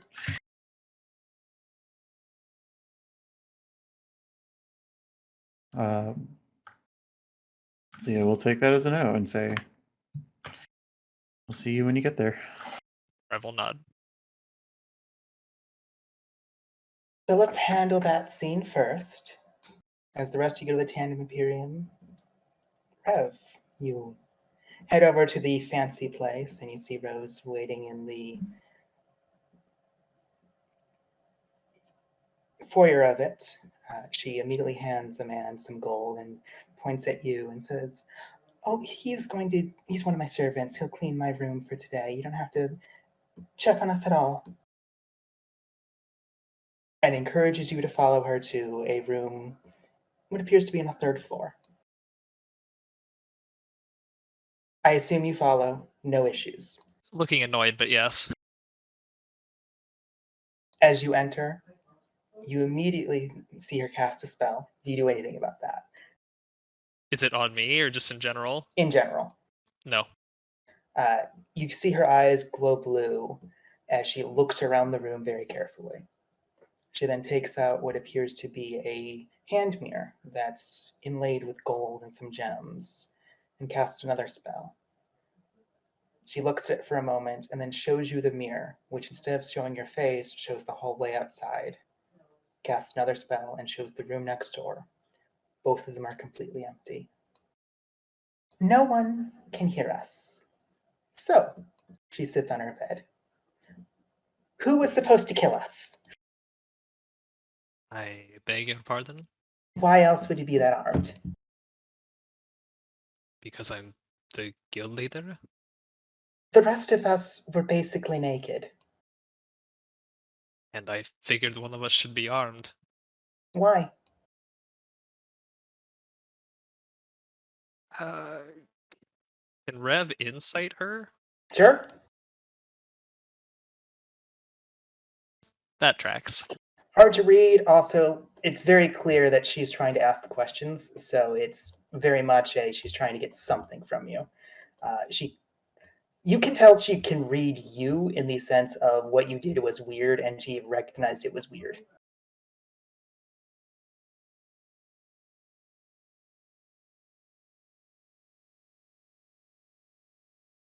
There are individuals in the city who have made certain threats against myself and others in the guild and our associates. Am I your associate? He smiles. Should I be worried? I would you be if I told you to be? Well, that depends. I do need to know what I should be worried about. I came here for safety, after all.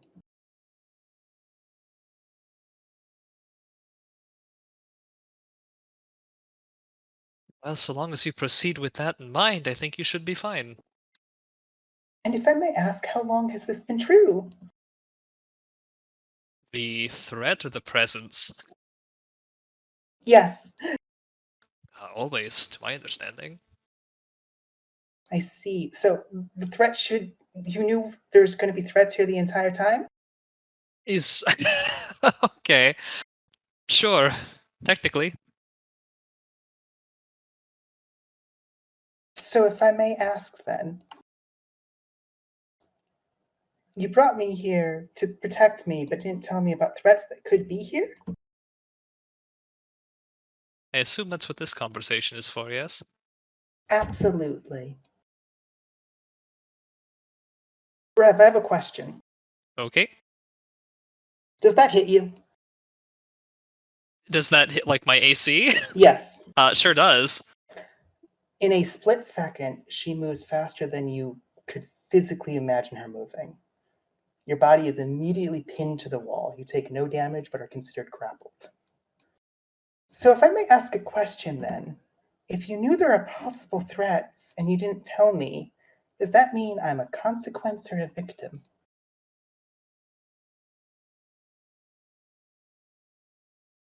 I think Rev is just glaring at her now. Oh, it doesn't really matter. Roll a wisdom saving throw.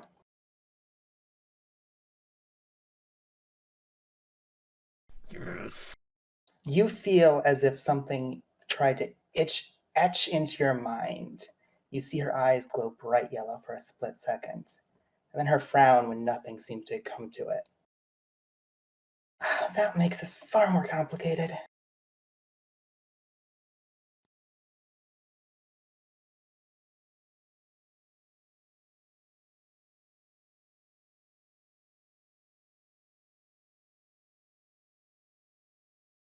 If I may. I'm sorry, I didn't quite hear you. If I may, may I do something in this moment? You may. She is staring at you. You are pinned to the wall. Excellent. I'm going to Pandora trigger and draw my blade. The moment you do, I require a dexterity saving throw from you.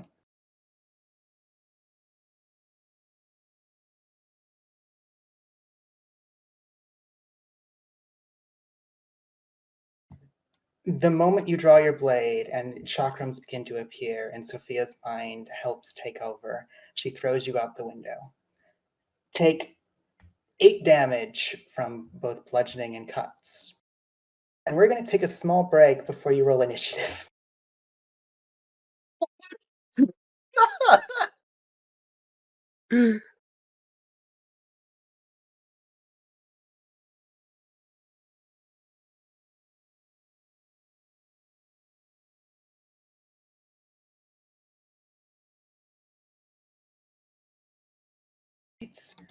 Your arms are a bit bloody and you notice an alleyway on both sides. I assume you still want to roll initiative. Yes. Cool. Roll initiative.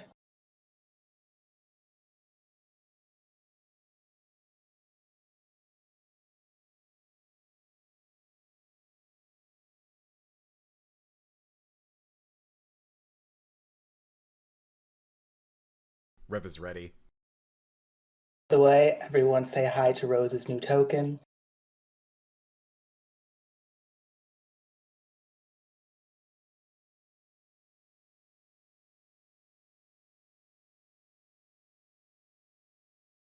Bring up the right sheet. Unless you can't remember the old one. Will not show comparisons at the moment.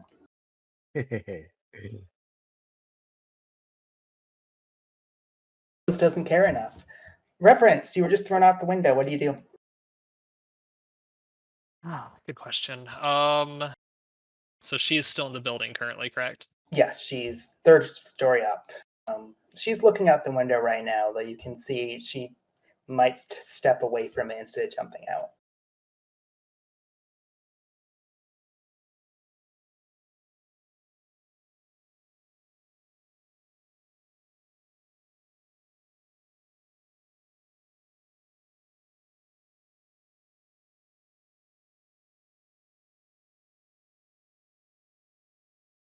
I'm just looking at my options here.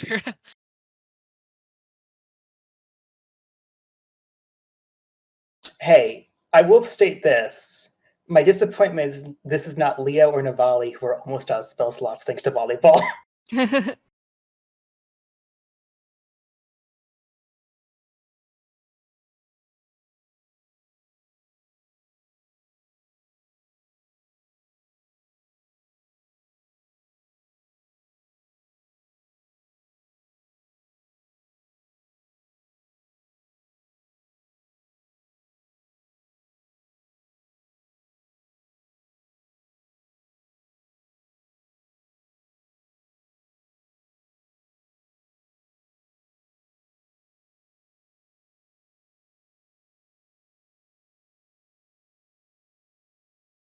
Gosh, I'm sorry I'm taking so long.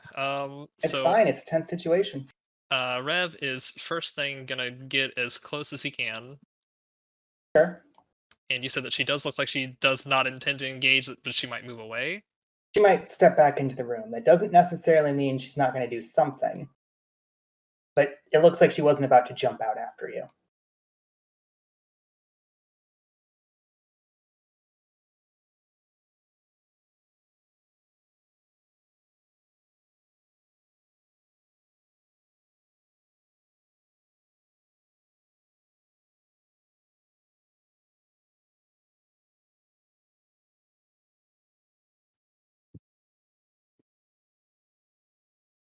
I think for now Rev is just going, because I can't get to her. Shoot, he's gonna take the dodge action and keep an eye on her. Cool. She takes a few steps back into her room. You lose sight of her for a split second as you look up. As you're watching the window, you suddenly notice the clouds above start to storm and lightning appear and then stay still as if frozen into the air, shape itself as whatever just happened starts to form into a creature of itself and the lightning turns into a dragon.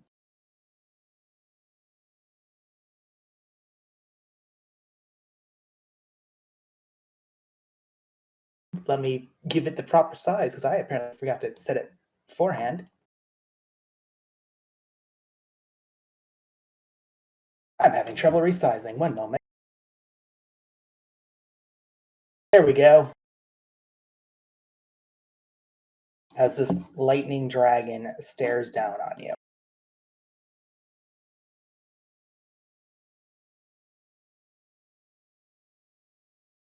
Checking. Yes, it goes after her turn. Which she commands it to rush you. In a flap of its wings, it charges directly at you, Reverence. Lightning crackles all about it, and its claws go for your flesh, but you're dodging, so it has disadvantage.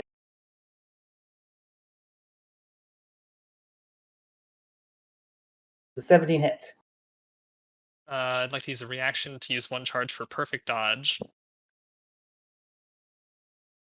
Remind me what that does. So I'm not going to look up magic items at the moment. Add +2 to your AC when attacked. This will require you to additionally to move 5 feet to any adjacent square. This can only be activated when attacked, and it will cause you to avoid the hit.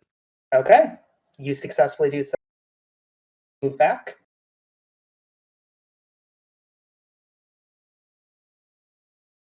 Where do you move, I should ask? Oh, I just moved up 1 square. Oh, perfect. It tries again as you dodge it.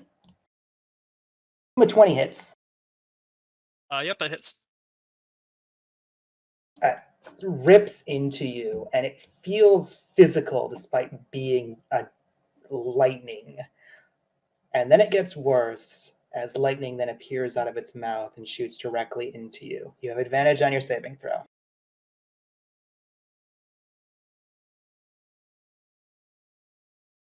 Hey, a max damage roll! 17 is a success, so you take 6.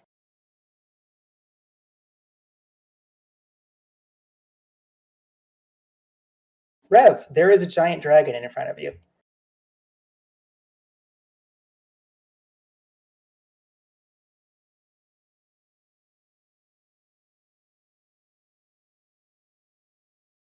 I dimension door back into the room. You succeed. She stares at you as you do so. I get next to her. Okay. Bonus action Hexblade's Curse. She is cursed.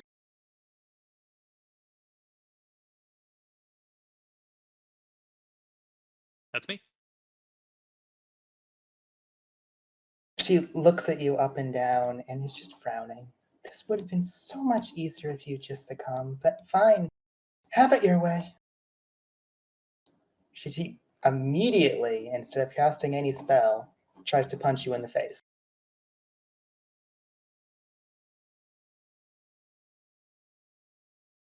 Assuming that's a hit. Reaction. Ooh.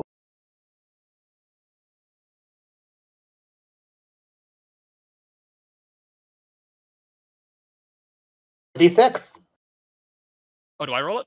Yeah, it says you roll it. Darn it. That hits. Okay. She is not forgoing the damage this time.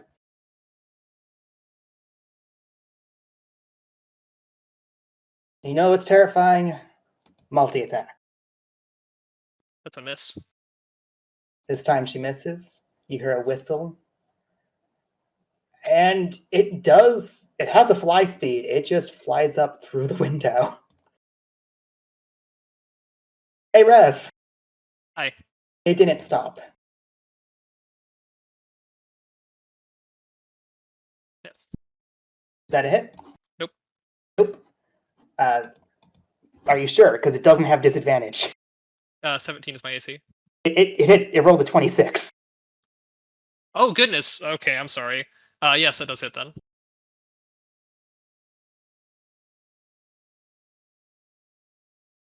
Second attack.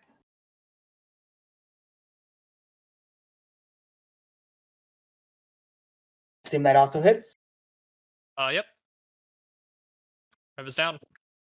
As you black out, you can see it about to blow lightning over you, and her wave her hand to get it to stop. Your body goes unconscious, and everything fades to black. You're not sure what happens next. So anyway, how's everyone doing in the Tandem Imperium? How late is it by the time it cuts to us? I will state for the record, while you're there, rooms are set up for you. You have no issues in doing any of this. But after about 2 hours, Rev doesn't return. And we kind of, sorry, I'm back. We kind of hand waved that Rev told us what he was up to, but like, what did Rev tell us? Like, I'm going to go meet with Rose, or just like, I have an errand to run? The dude's gonna go meet with Rose.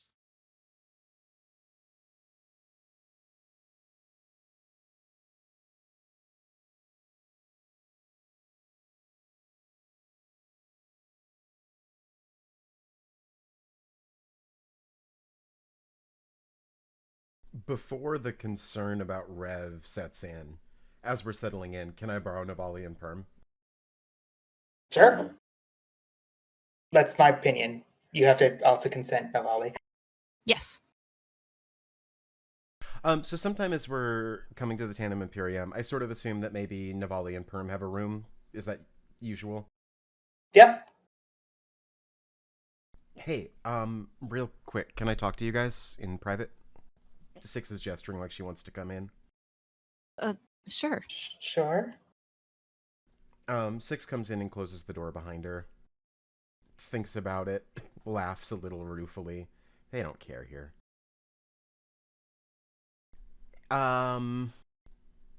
This is gonna be really awkward. So I'm just gonna come out and say it because I don't think that there's a way to, like, make it softer. Some of the dwarves heard you at the beach.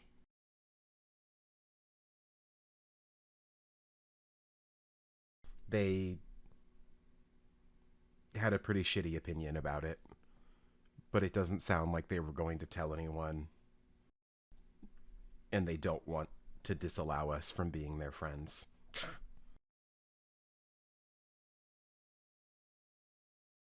Six.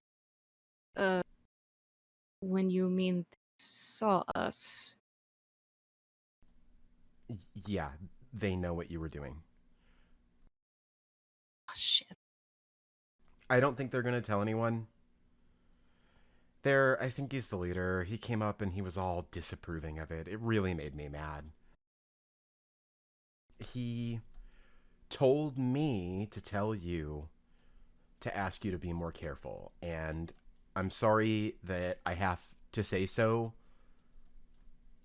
but for your safety, yeah. I admit, didn't really think about. Or did I? I know. It's so embarrassing to have to say it to you. And it's shitty because why can other people do it but you two can't? It's fucking stupid. Yeah, but it's just Ran. I'm sorry you were put in that position. I'm okay. It just makes me mad for you two.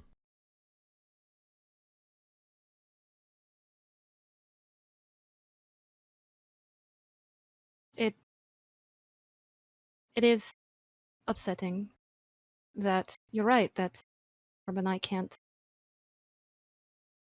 well, be like others, but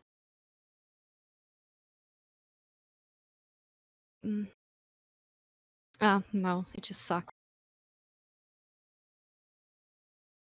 I guess I should have thought about it more.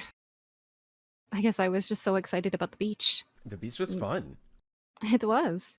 I had a great time.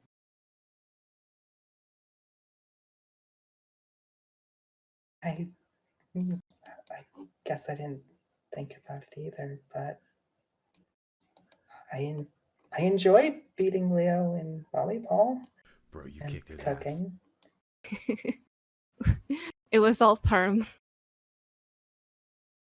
She did really good.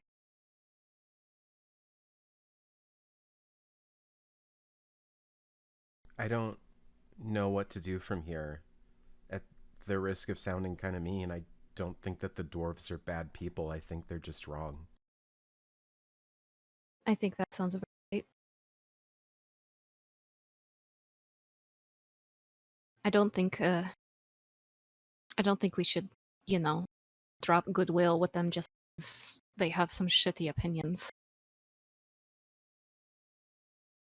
Or else we'd have to, ergo, probably not talk with, 80% of Dolvaran? 90?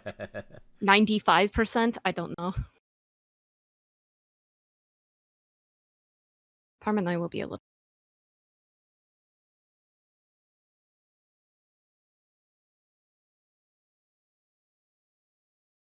Yeah, sorry about that. It's okay. Still, it was probably for the best that you mentioned it to us. I don't want to sound mean, and I'm not telling you not to be yourselves. I wish that it could be the same. I wish that you didn't have to hide. Mm-hmm. But right now, I guess being careful is good advice, because if there's someone who was less nice,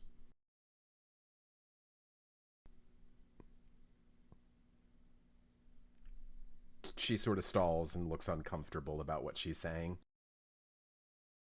I understand, Sig. As do I. I a little too well.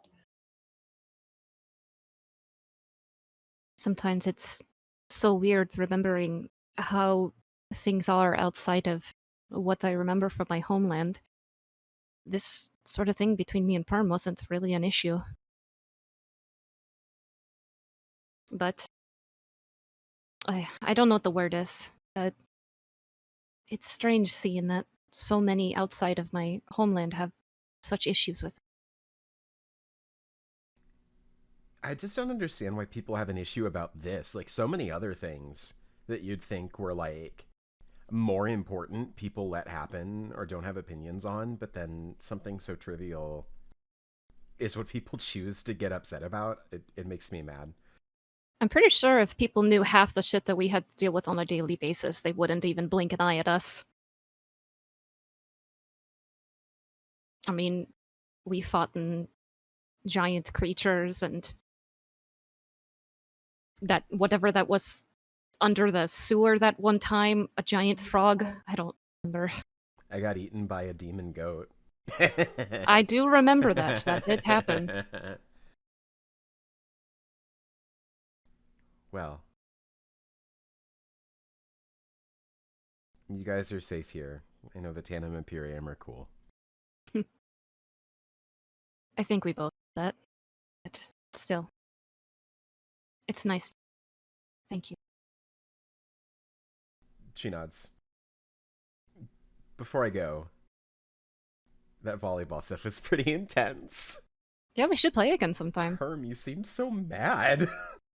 He thought because I couldn't use magic he'd win. I had to win. You can use magic. That I guess.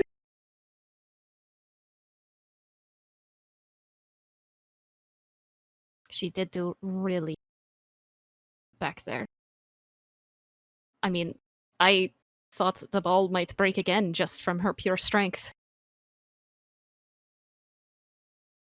No, that was you, remember?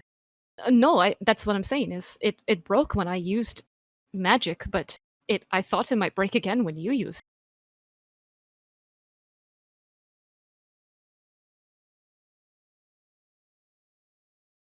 Maybe once we're done adventuring, you can become a volleyball champion, Parmelia. I'm not sure that's my calling in life, but maybe it pays well. Dulveran's first volleyball team. Do you think we would perhaps go up against other countries? Totally. Clearly, this is how war should actually be fought. On the sports field.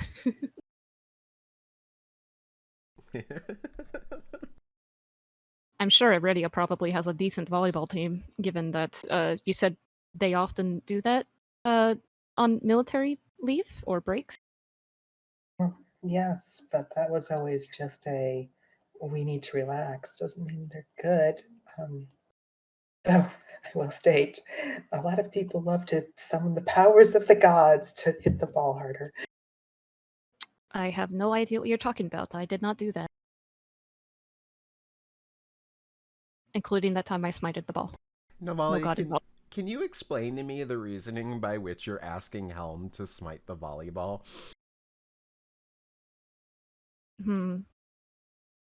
I guess I really, really wanted to win as well. To inspire everybody. And her. Uh-huh. Listen, sometimes Helm does things that I don't understand. Including helping me win volleyball. If Helm is wherever gods are, looking at us and saying, Navali, you are so rad, I will give you my energy to beat people at volleyball, then I guess I have a pretty poor understanding of the gods. They're way cooler than I thought. I've been thinking that perhaps maybe I shouldn't ask the High Priestess about that volleyball game next time I see her. I think that might just make her more confused. How's that been going? Well, it's been going well. I've been asking a lot of questions, and I've actually pulled together some answers that I think might help us once we're, uh, pursuing more information on the Iron Angel. She nods. It's something I did want to speak with today. I have kind of a weird question. Go for it. Is it hard to have a relationship with someone who can't talk to you?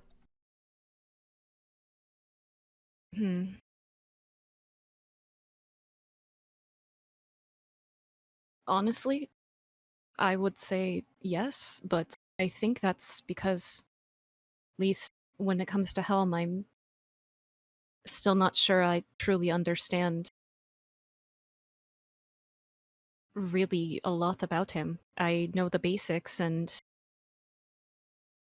well, I haven't had my powers taken away recently, so I assume that things are good, but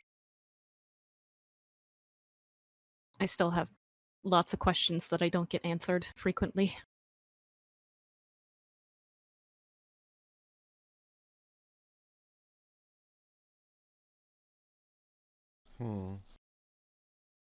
Celestra did mention that the gods don't talk to those of the faithful, which honestly I wish I knew that long before, but because I have been expecting Helm to at least say something to me by now, but it's happened.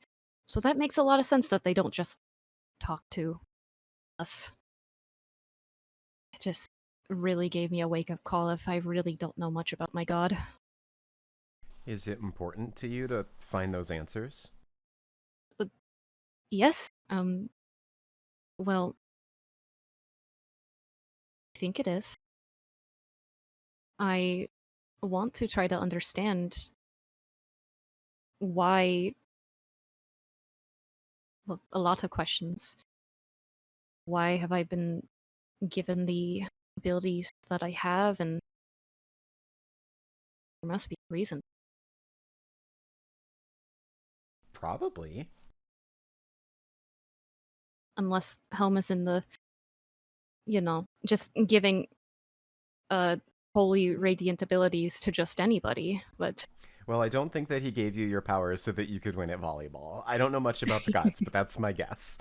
I think you're right on that. I think that's probably the last on the list. Maybe it's not even on the list. Well, I'm sure I'll figure it out someday.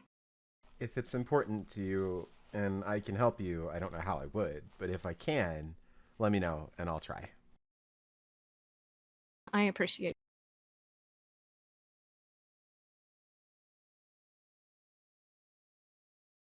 That was fun. Let's do it again sometime. Mm-hmm. She looks like she's gonna go.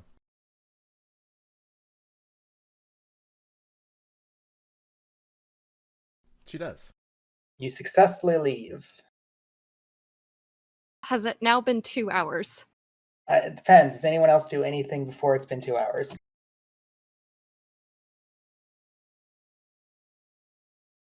Not really.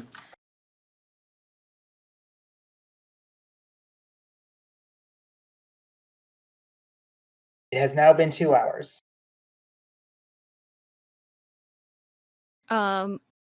I'm going to have Navali go to Celestra. I'm sorry, you're doing what? I'm going to you. Oh, okay. Navali will tell Parm where she's going.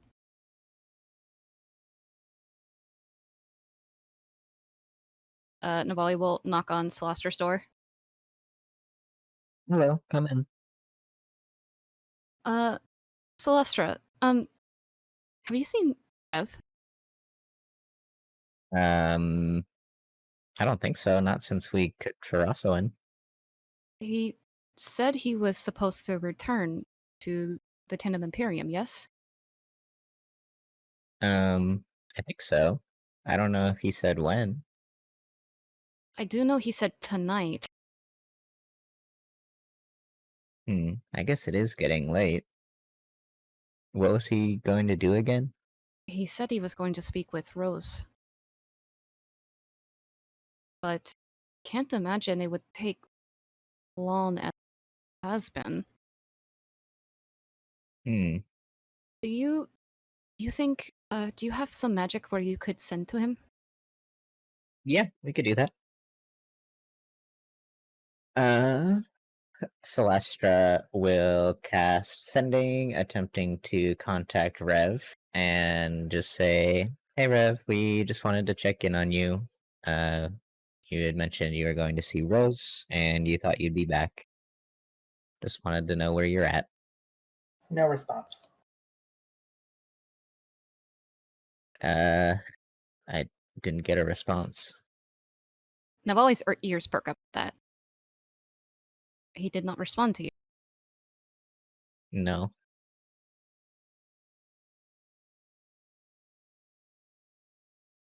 Did he say where he was meeting Rose? No, didn't. Celestra, will you come with me to grab the others? Yes.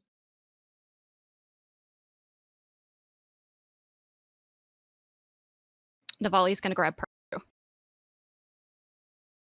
You gather the entire party. Several of the Tandem PM are awake and kind of ignore you doing this and don't seem to care.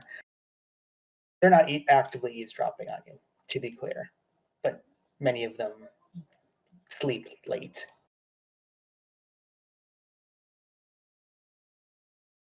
Once we're all together, Celestra would explain the situation that Navali came to ask her about Rev, and we hadn't seen him, and I attempted to send to him and did not get a response.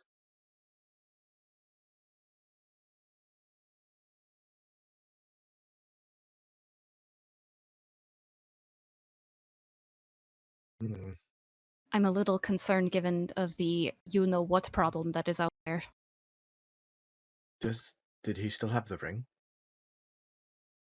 I thought we gave that to somebody else. No, he, Oh, Rev he still has does the have ring. it. Oh. But surely he knows when Celestra has contacted him. Um, well, he would have to respond aloud. So if he was in a sensitive situation where he couldn't respond, I don't know. Would he? I asked him if he needed. Oh, just kidding. That's right. It's Leo's version that has to be loud. Anyway, I asked him if he wanted anybody to walk with, and he said he was fine. But Celestra, Yes, do you have another enough magic in you to do another sending? of course. Would you send to Rose this time? I will try. I will send a similar message to Rose, say, we thought Rev was meeting up with you. Have you seen him? Did he ever make contact with you? We haven't seen him back. You do get a response. Tell you tomorrow. She said she would tell me tomorrow. Parmelia, Yes? does that sound like your sister? Um, a little bit playful and obtuse? Yes?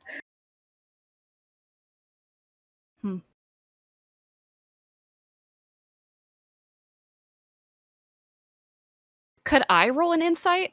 Sure. So I also want to give my reasoning for an insight, if that helps. It would, yes. For as long as I have known Rose, she has been exceptionally talkative. It's true. So the fact that she would say, tell you tomorrow, and just that is a little off-putting to Navali.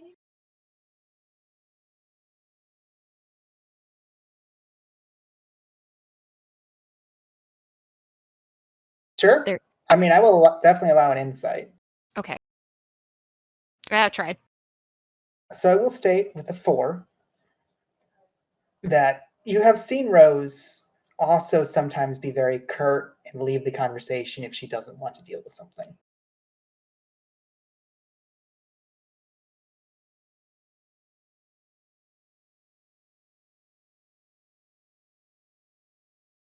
Perhaps I'm being a little bit too concerned. I guess.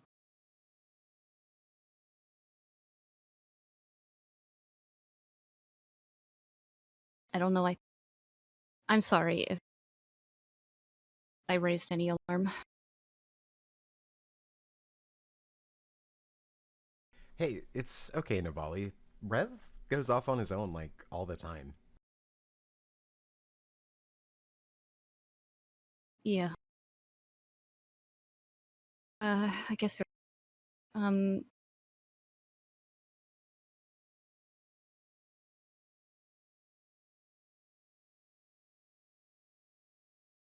Perhaps we could maybe ask someone here at the Tandem Imperium to alert one of us.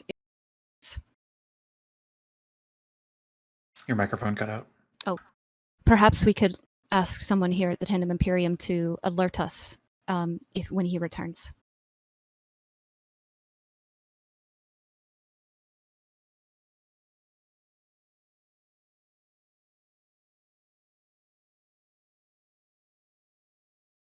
That's not a bad idea. Maybe he went to that bar he always goes to.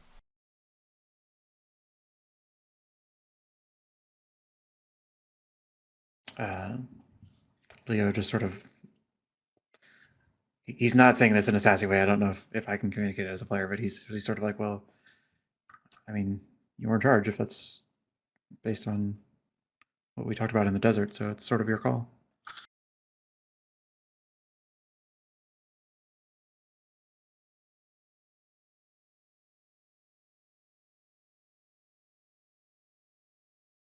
I want to roll something for that, or just like in general for Navali's decision, but I don't know what I'd roll. So Skirn, I message you privately. Sure, I'm happy to give you suggestions.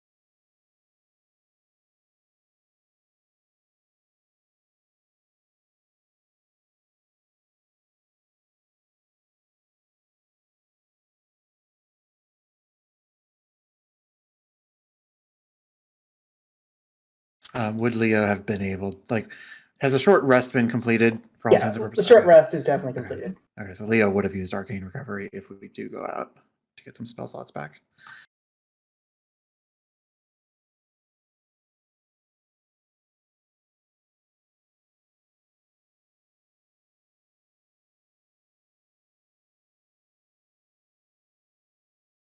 Oh, it makes my decision harder.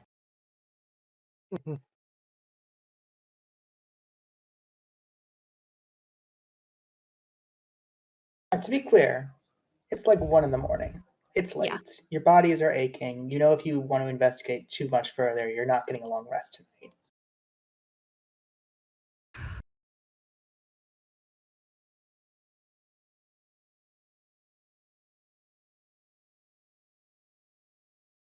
I guess we've all had sort of a long day.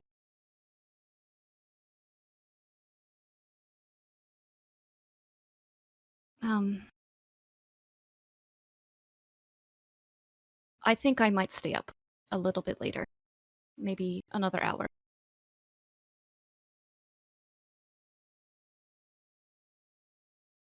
I'll stay up with you if you want company.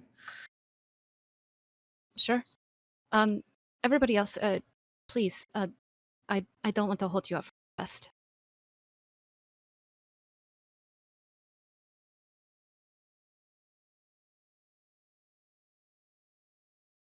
Well, I guess we'll see in the morning.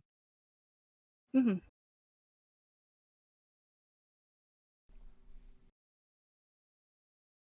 Six offers to stay up. With Only Navali, if- I mean. Only if you want to. Please, I don't want to.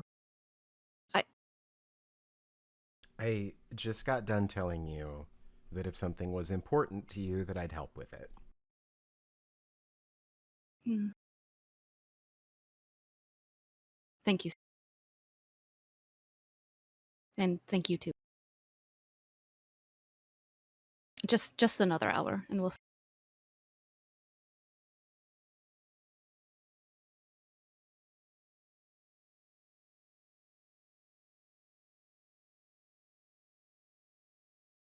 So I'll ask Navali, Mhm. what do you do for that hour?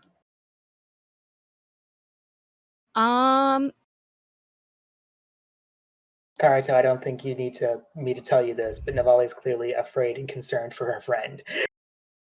This was more an insight for a personal thing. What I'm going to call pop sense.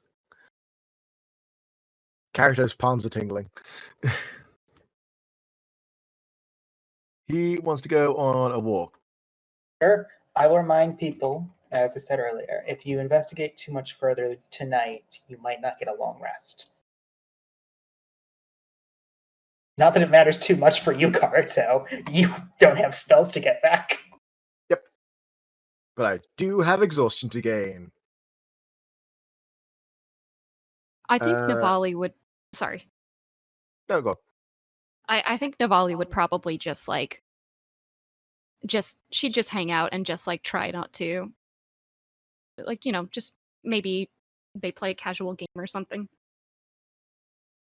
Sure. I would count that as like the equivalent of still relaxing, so you could still long rest with that. Okay. Karate, you said you go for a walk? Yeah, he's just going to go on a walk in the general direction of where he thought Rose was staying and just keep his ears open. Roll me investigation with advantage. Okay.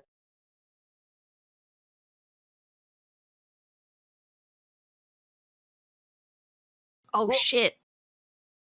You get fairly close to the inn that she told you about. In fact, I think you actually stayed there once with her because she paid for a bunch of rooms. You notice that it is swarming with guards 10, 12, and you sneak closer because that's immediately suspicious. You notice a broken window, bits of blood, and you immediately recognize fur, same color fur that is from Rev's color. And it is just across an alleyway. Beyond that, you'd have to start asking the guards, and they seem very heavily trying to clean up what's happening here and not wanting to talk about it.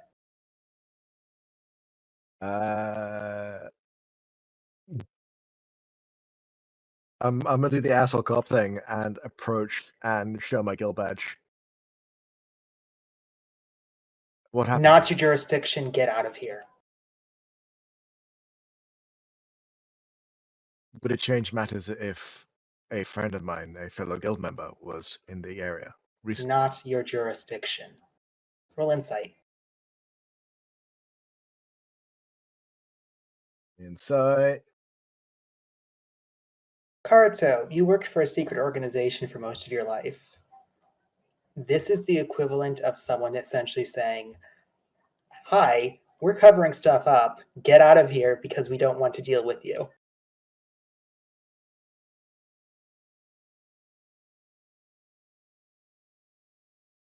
Hmm.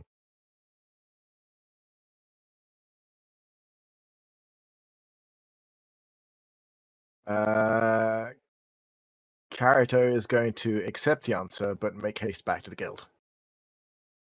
You have no issues. It's Navali, you're starting to fall asleep when Karuto gets back.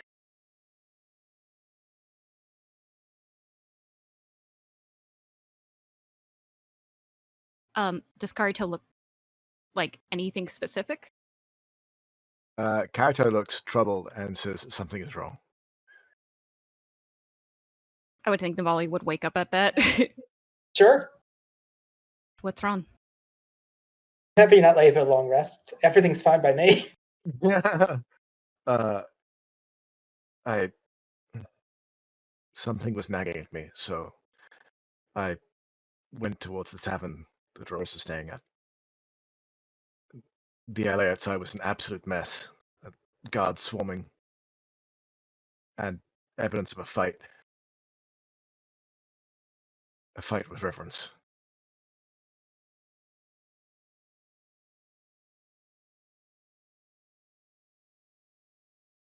This is still during like the hour that Six and Leo.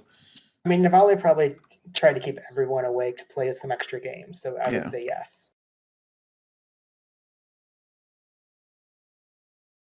Thought I feeling.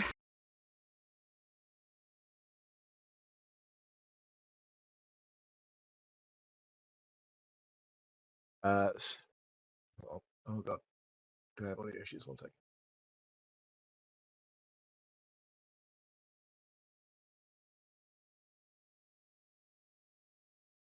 No, test. Hello. There you go. Hello. Scan. Can I roll an insight to think back on the guards? Is it like, obviously they were wearing guard outfits, but did they look like they were regular guard outfits, or perhaps Sure. people who? I'll even Oh, allow you cool. to roll Excellent. insight with advantage. Excellent. Insight. Oh, those were guards. Okay, so they weren't just some mooks. No, they were not some mooks. They were people who definitely work regularly guard shifts.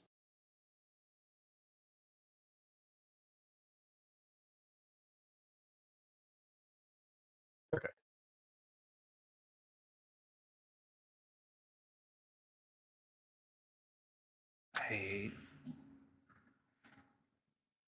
What can we? Does anybody have ideas on what we could do if Rose is not being helpful and if we can't reach Rev? I fear having any leads if.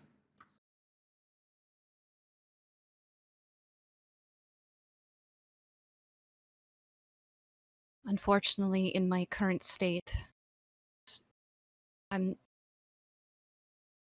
know we spent some magic on the game that we played.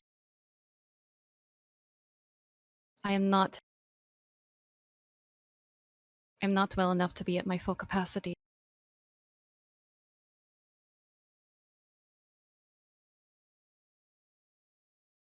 Well, when someone goes missing, proper protocol would be to make sure that first no one else is in danger and then look for them. It doesn't help if we all suddenly disappear, right? I'm going to speak with someone at the Tandem Imperium and just let them know we believe to careful. I wonder if Crow could. Her specialty is to. No, wait. Well, sorry, I was thinking. She may have some divination magic to check in on him. Six is nodding in agreement. Crow. You say Crow's name and Rhea's the one up, and she's, oh, sure, I'll go wake her up. That's fine. A moment later, she comes out. Yes. We think Rev might have been taken. Is there a way you might be able to contact him? I know the same spell Leo does, but Right. Yeah, we have tried to contact him. It's more so look in on him. We've also tried to contact the person he was last with, and she didn't really give us a lot to go off of. So I know of the spell you're speaking of, but it's out of my ability at the moment. I can look at rooms a bit further away. I can't look at a person yet.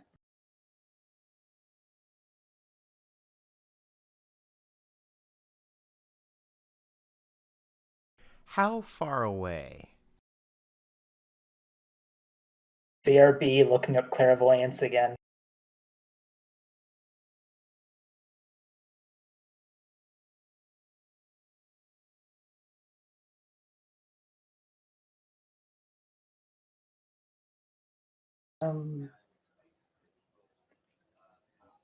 It's a little complicated to explain,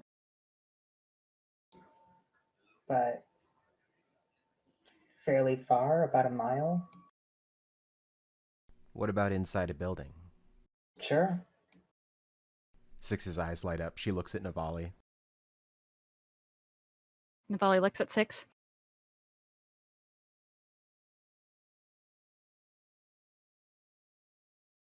Are you Do you- thinking what I'm thinking? Perhaps. Do you mean to see into that building that Karito examined? Karito, they wouldn't let you in, right? And you're sure it had something to do with Rev? His fur was across the alley, as if torn out. She nods. We could get inside without getting inside. I'm fairly certain I would be able to get inside regardless. These guards are good, but not that good.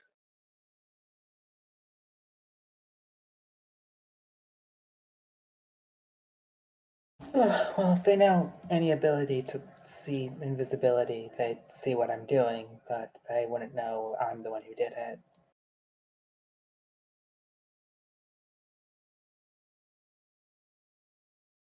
If there's a way, I mean, sounds like you can take care of this, but if there's a way I can help as well, or help you, then let me know.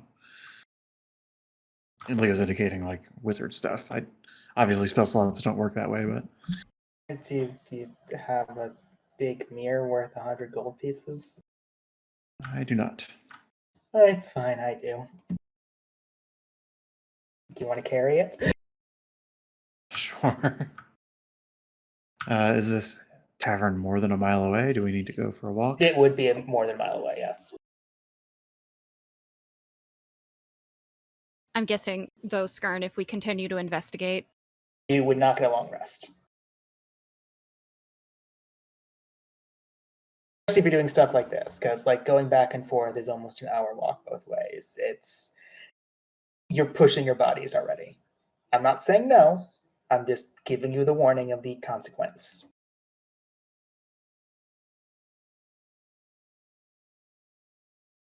I will say Leo spent a lot of spells, but he had arcane recovery, so he was able to get a fair amount back.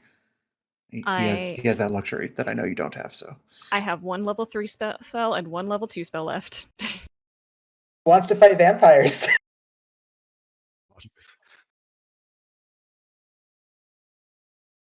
Skern, how early could Navali get up to still have a long rest? I'm curious. I would say like 8 or 9. And it's like 2 o'clock in the morning? Yeah.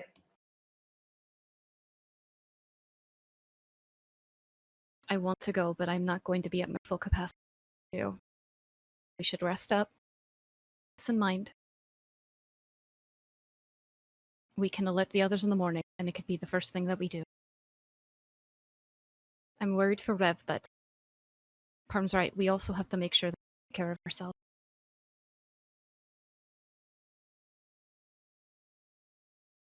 Is that fair? Or I'm also open to suggestions.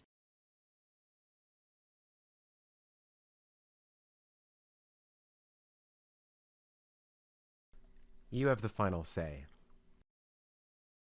But Crow's ability sounds powerful, and like we could do it from far away. We'd be tired tomorrow. But I think that when it comes to strategy, timing is important. We could always split up into 2 groups, those who want to rest up in case problems and those who want to investigate. I admit if we want to investigate, we might want to be more stealthily. It's unfortunately out of my Familia realm of also taps her capabilities. armor in response. if I can, I mean, Rose knows what happened. She said she would tell us. Familia, if something terrible happened, would she have put it off?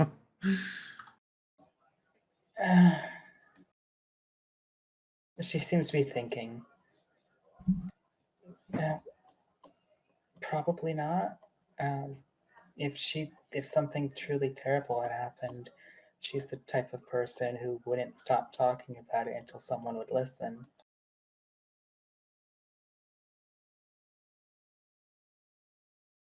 I mean, obviously something did happen, and obviously it wasn't friendly, but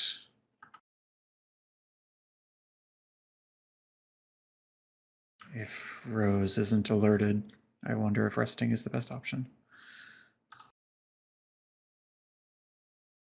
Just know that I won't be able to be as helpful as I usually am. No, we'll rest. It's fine. Karuto, 6, do you want to go investigate some more? She looks to Karuto. Character looks visibly anxious and nods. When did you carry the mirror? If people are going, I'm going to. There's no. If there's danger out there, I don't want us to be split up. Curl, do you think it might be best to take another person with us from here?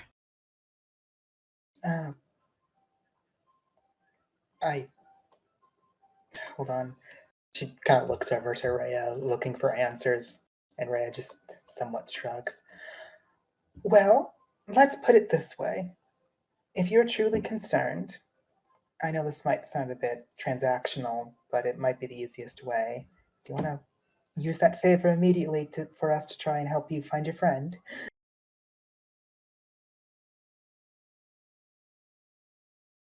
I want to say yes, but and Navali will look to the rest of the guild.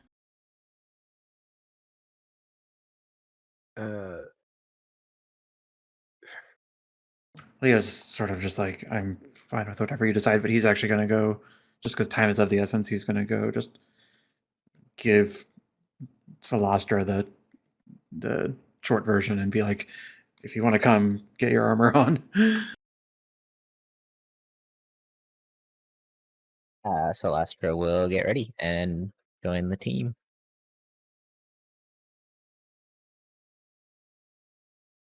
I don't know if VD or Toshiyuki or anybody else has also stayed at the Chain of Hearing, but he would They also all did. Okay. I mean, if any of them seem awake, he might just be like, we're going out to find Rev if you're... I don't want VD is the only one who's immediately like, okay, I'm immediately coming. Okay. Karuto asks Tushiki if help. It's very late. You investigate tonight. You rest in the morning, and I'll investigate in the morning. Standard shifts, then. Yes. Acceptable? I had almost forgot. Thank you.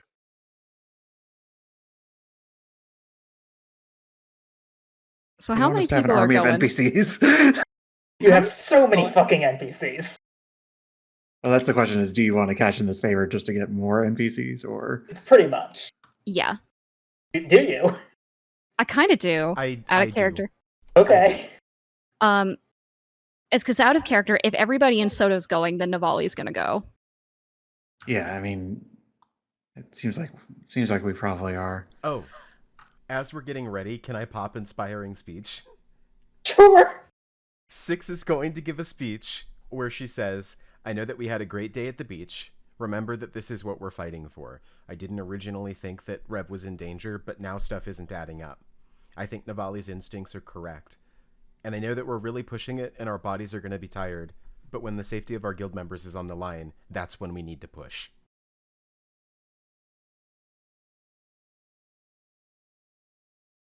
I like to imagine like Navali was probably like, no, I gotta be in like top shape, so I can be the best of use. But then after seeing everybody getting ready to go, she's like, shit, no, they're right. I gotta, I gotta go.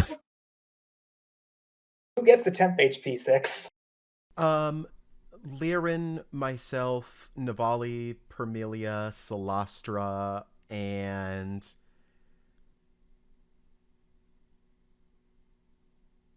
Karuto. Okay. How much How is that much is again? it? Oh, I don't even remember. I'm looking Is it at like Isn't it a 10? roll? No, it's not a roll. It's just automatic. Uh, I'll look it up. Sorry, it's been a bit. Well, combat won't immediately start regardless, so you have time to look it up. You give your inspiring speech. Several people kind of nod. VD definitely wants to come along with you. She offers to help carry the giant mirror. With So we that, are cashing in the favor, just to be. Yes. Okay. with the understanding that the favor is being cashed in, Rhea just kind of nods. I'll go wake everyone up while you investigate the home. We'll hit up some contacts and find if there's any other rumors going about. We'll give you anything we learn in the morning. Thank you. Thanks, Rhea. Absolutely. In return, make sure he doesn't die. I like him. That's the plan. Is everybody ready? mhm. Nods. So you go out.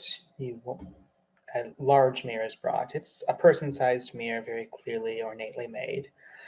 Carrying it isn't difficult in the middle of the night. Those who are awake in the middle of the night might look at you strangely, but it's the kind of thing of like, I'm not going to deal with that. If they're burglaring so obviously, it's not my problem.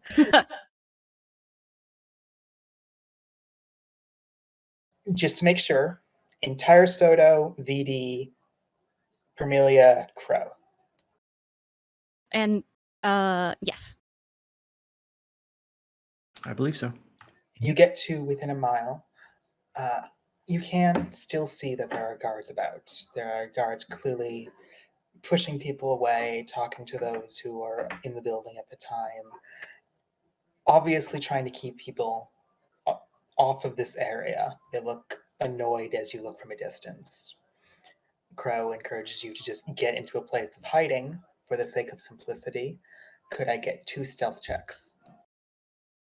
You can decide who. Yes, that means Karuto can just roll stealth. Mine's a +9. Go for it. Do it. So that's a 16. Oh, shit. I don't exist. Oh, let's go. Where'd you go? 6 finds a nice place that is in between 2 different houses that has a tree grown nearby. That even though you have a large group, isn't too difficult. And I will ask, do you bring Miro? Because that does make it harder to hide. Okay, then never mind. You see Crow cast a spell, and in a moment, anyone looking at the mirror sees the reflection stop, and instead it looks into a room. This is the room that she was directed towards. You see there are 2 guards inside of it, actively cleaning. Blood and scorch marks are all across. It looks like the wardrobe was slightly damaged. The bed looks slightly crushed.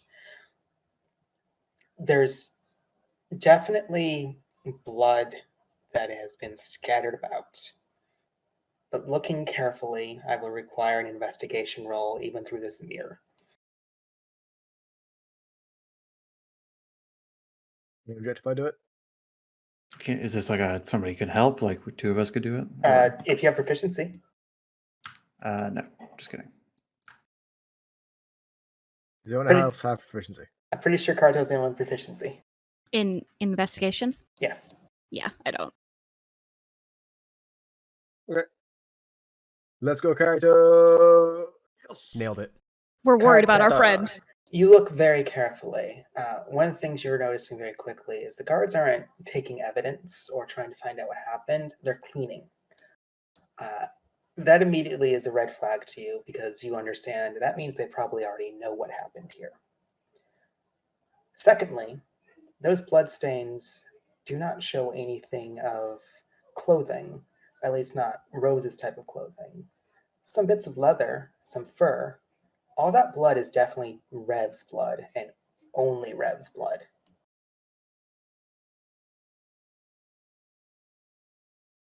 Can you do? I guess I would ask Crow. Like, can you move this around? Like, can we check out other rooms? I can cast it again. Do we know which room? Like, was this Rose's room that we're looking into? Yes. Oh, okay. Um,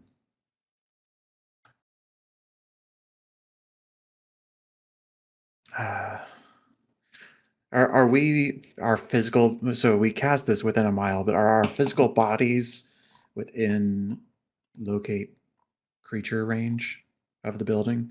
How long is locate creature again? It is 1,000 feet. You are a little bit further away from that, though you could get closer if you wanted to. I would just raise that as an option if I mean, I think Rose rented several rooms, so either Crow could try to scan a secondary room that maybe they retreated into, or if I got a little closer, I could scan the building to see if anybody's even there. I could also switch to hearing if it helps. You can do that? Mm-hmm.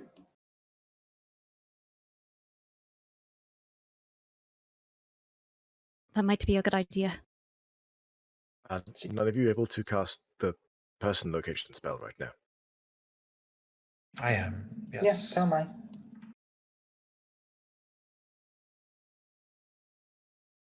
So we could hear what the guards are saying, is what is you're suggesting? We'll lose vision, but I can change it so that we can hear them instead. I suppose let's hear what they're saying. She swipes the mirror and it returns to a reflection. Instead, you hear voices coming from the mirror. They're a bit garbled, but they're very much people complaining about having to do this and how this was not what they wanted to do for their evening. Someone may roll an insight. Not me. I offer it up to Karito. Karuto, skill monkey. Let's go. What's your insight, Karito? Fucking 10. Oh shit. Jesus. Oh.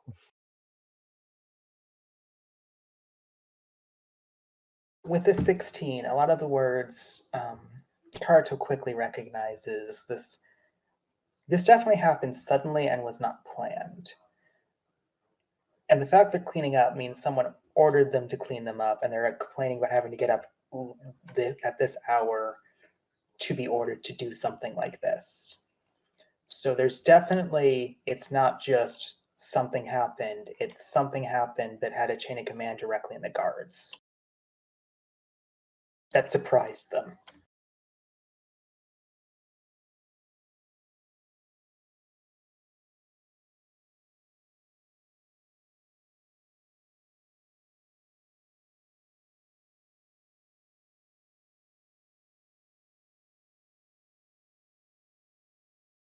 Oh, Celia, I want to ask Rasowin. She's probably asleep.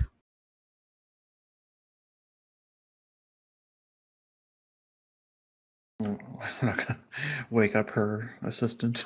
Be like, can you go wake up the lady? Why are you waking me up? Rev got taken by vampires.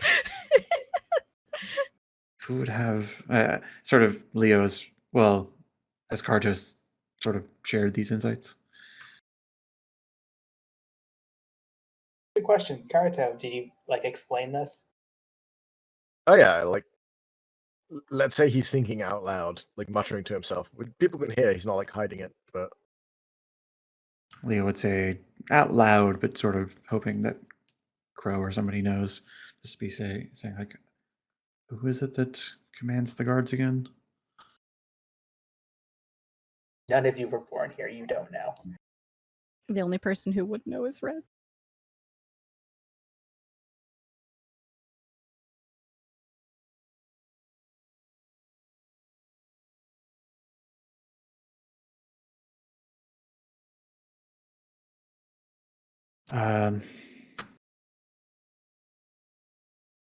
I mean, we did have several other rooms, and I think if this is, would you be willing, Crow, to just scan a couple more? Sure, I got 2 more. Presuming that Rev had a room and therefore would have had a room key, I think that's the second room to check.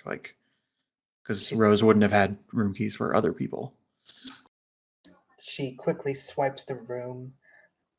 The mirror flashes, goes to a different room, seems completely untouched, unharmed, as if no one was there.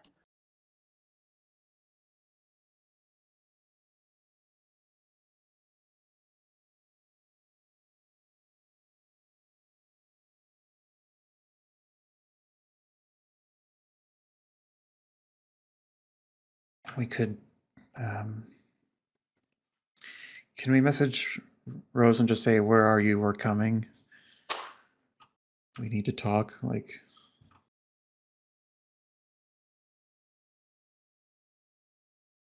Are you asking Celastra to do that?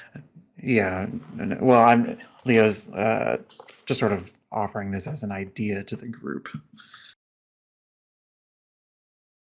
I'm certain we'll probably get the same answer as we did before, but I mean, it might give us the indication that she is. She's a. I mean, I'll admit I'm a bit worried about my sister too. I don't know why she'd do this. So there's logic to asking again. Don't tell her that we're coming to her. just ask her where she is. No. Let me think. No. No. I'm not saying that she did this, but if she did this, if we said we were coming for her or asking where she was, she'd be suspicious. That's how we work. That's how predators work. Rev was alone. We need to get her to come to one of us thinking that we are alone.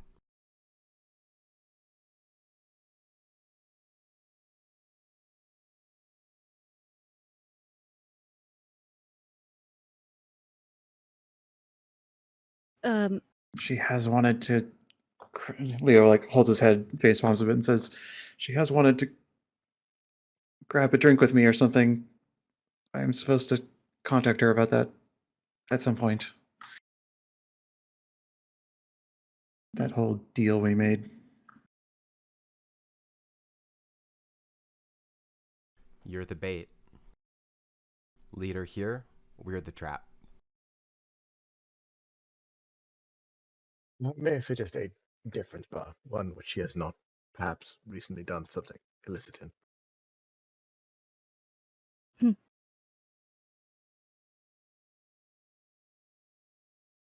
what do you suggest?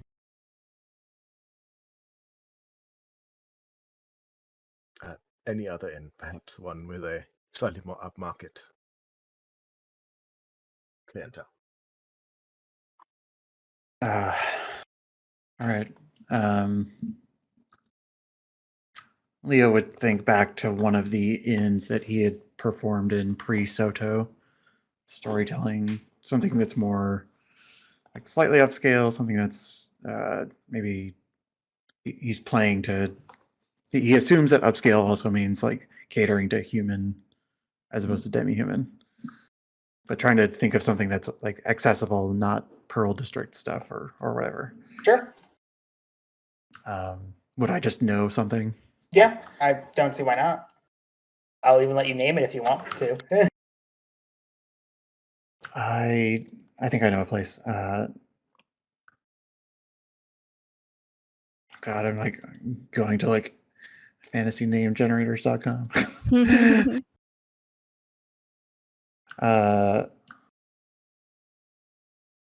These are all so stupid names. The Happy Pistachio. I love that. I think. I hate it so much, but it's now canon. Okay. How close would you say it is, Skern? I'm trying to like create the game plan. So this happened in the residential district. Most of them would be in the residential district, so 30, 45 minutes away. Okay. Let's. I assume we sort of looking at 6. I assume we should set up. I know a place. I don't want to call her and have her beat us there. She nods. Good idea. Okay. I'll this way, and I'll sort of lead them there. So should I just, as we're walking, should I just What do I say? Crow raises her hand. If I'm done, can I just have someone help me bring the mirror back? If this is going to start getting dangerous, I don't really want to be here.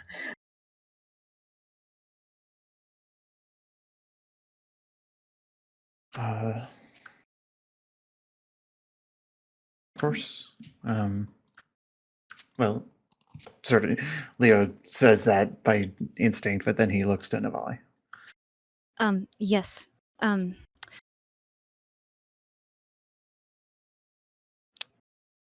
Leo, how long do you think it might take?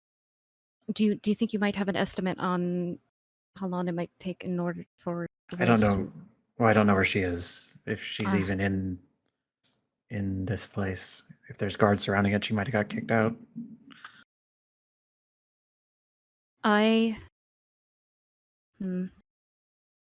We could hold the mirror and return it if you just don't want to carry it.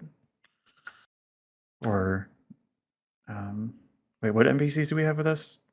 Oh, no. We have VD and Premilia, and Okay. Crow, who wants to leave. Assume we probably want PD so that Rev can play a character. I mean, I just give Perm to him and it's fine. Okay. Though Perm's stronger and he's better at carrying the mirror, so Yeah. she would be happy to go with Crow and just escort her back. And VD seemed interested in coming too, so. Skern, how far is my thing from Mira? Define thing. How far can I communicate with her? I don't remember if it has a distance. Crow, are you able to wait here for maybe about 10 or 15 minutes? Sure. I can have Mira take you home. The elk? Yes. Are you okay with waiting for a moment? Sure, it doesn't bother me. Is that alright with everybody? No. Navali will try to communicate with Mira. Mira, I need you to come here. I am now double checking to make sure I do not give false information. Give me one moment. Mm-hmm.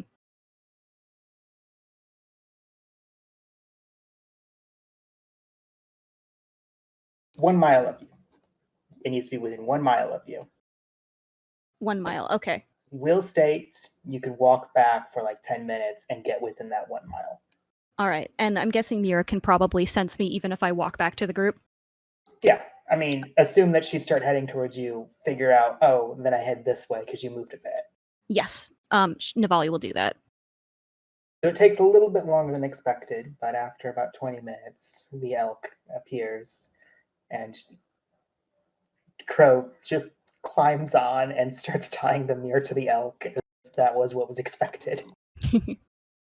Can you take her home, Mira? Back to the Tandem Imperium? You just feel an affirmative rub.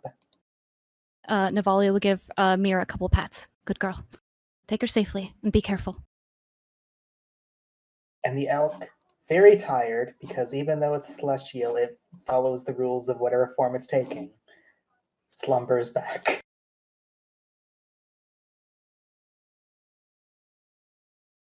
All right, are we ready? I suppose.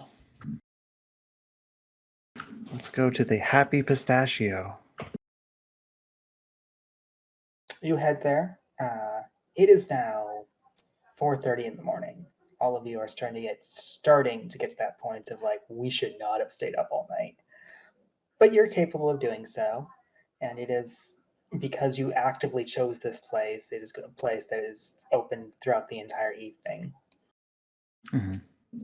And I guess, given the clientele, I would have sort of warned my allies to say, like, you might get glares if you go inside, but would you want to sort of hide outside anyway? And I'll be waiting for her inside.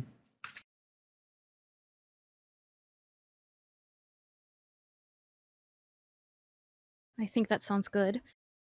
Perhaps I should call her and just see if this is even a thing. Yeah, if it will work. Yeah. Any advice, or should I? Parm, do you know what might be able to encourage your sister to come?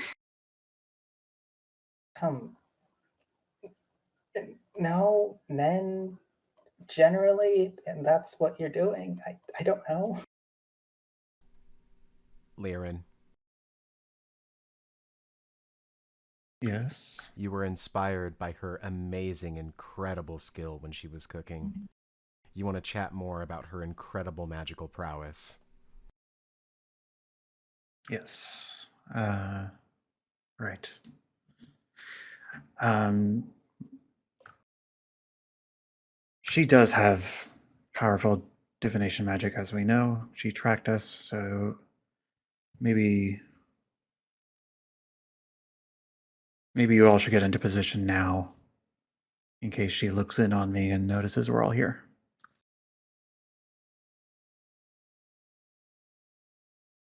Sounds good. I'll let you know if she's not coming, of course.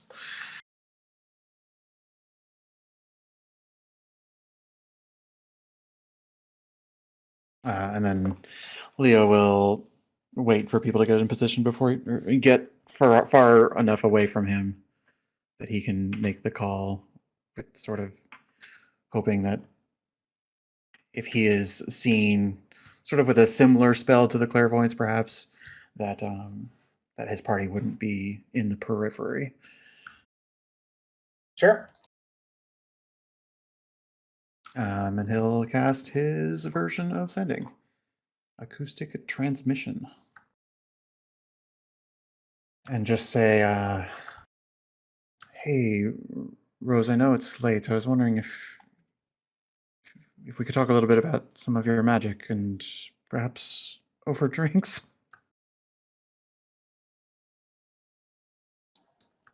Roll deception with disadvantage. Disadvantage. Ugh. He also totally forgot to say the location, so. There is an active pause.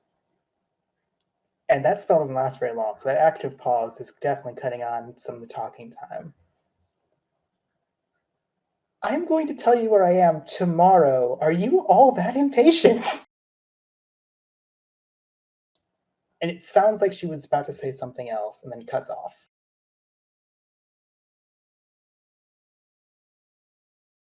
Well, knowing she's awake,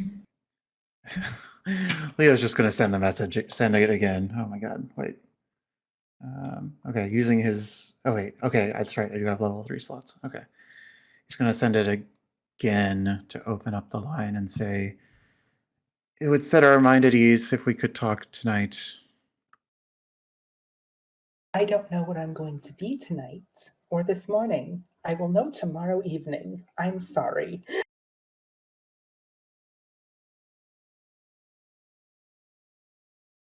Sorry, can you, as a DM, repeat that? I do not know where I'm going to be this evening or tomorrow morning. I will know tomorrow evening. What does that even mean? Leo says to himself.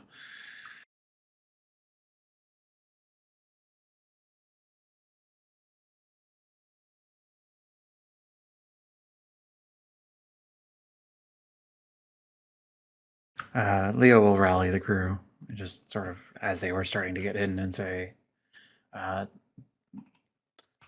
she didn't fall for it and seems to be insistent that she doesn't even know where to meet us or how or where she'll be. I can open up the line if somebody wants to yell at her for me or be more demanding.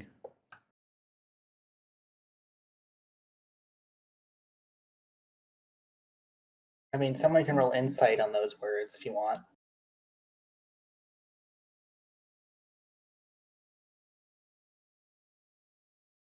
Do you want to, Karuto? Skill monkey. I'll do the thing. What do you think, Karto? With a 19.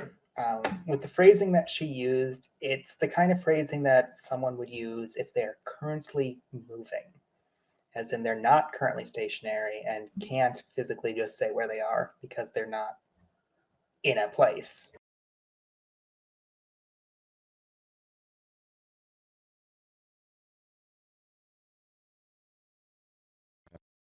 Character relays that she's possibly on the move, which is why she doesn't know where she's going to be, because she doesn't know when she's going to stop moving. Which is even weirder.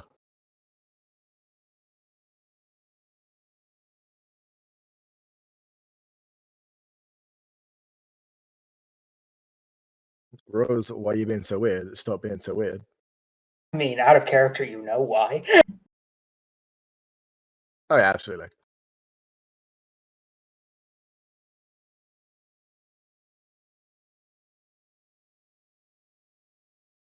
Well, at this point, especially being as late as it is, I'm at as much of a risk as of being down on my abilities as you, Navali. So I'm a little at a loss. Unfortunately, unless we want to be very direct with her, which I don't know if is a good idea, although she probably suspects something at this point. I'm sorry, Perm, but I think your sister might be a little bit more nefarious than... I definitely want to find her and find out what's happening. I'm as confused as you are. Mhm. I want to not believe it, but there's a lot of evidence pointing towards it. Rhea said that she would have some friends at the Tandem Imperium look into it and perhaps give us some information in the morning. Unfortunately, as much as I hate to say it, I think we've burned as many resources as we can. It might be best to just try to get some rest when we can.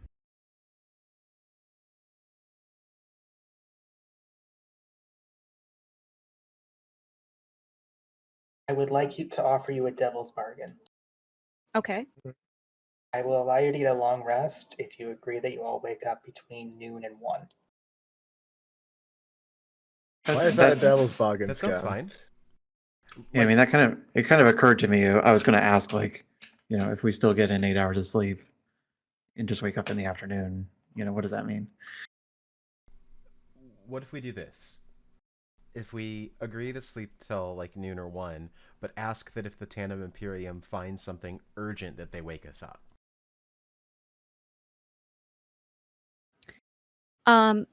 So also, there were a couple of others who didn't that went immediate to sleep afterwards. Could we argue that they could get up earlier? No, because your entire actual core group went with you.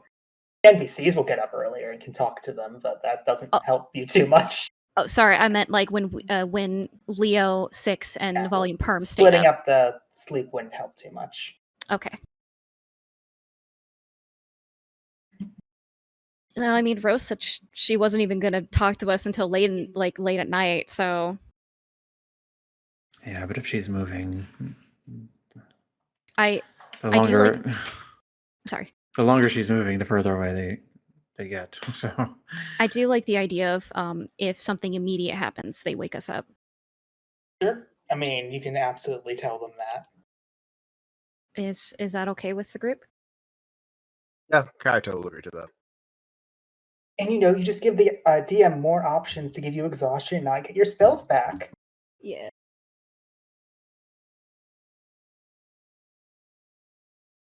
I will ask, do you attempt to long rest and sleep until the afternoon? Yeah. Yes. sure. Is there any objections to this? Nope. The only alternative I can think of, and I think it's a stupid idea, is like call Rosalind, like declare an emergency. But that might not even this late at night result in anything consequential.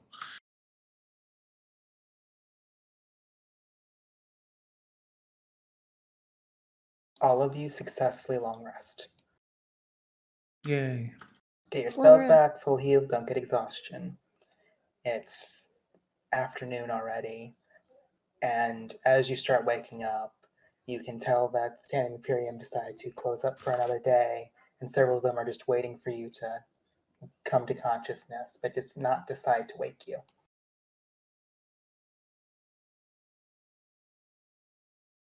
It would be Stray, who's the one who's just sitting at a table and waiting patiently. With the assumption that you all wake up without any issues and actually want to talk to her, we'll simply push on with that assumption. Mm-hmm. This is a complicated problem. We reached out to many people to make sure. The blonde woman who looks towards Familia, her sister,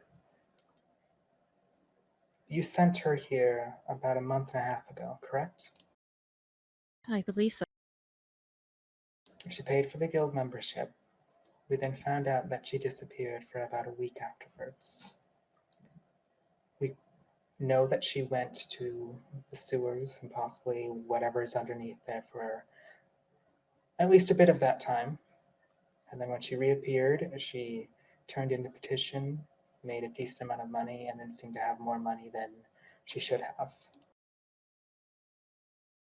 If I had to give a guess, during that week, she had done something to betray you and has been working for someone else for the past month.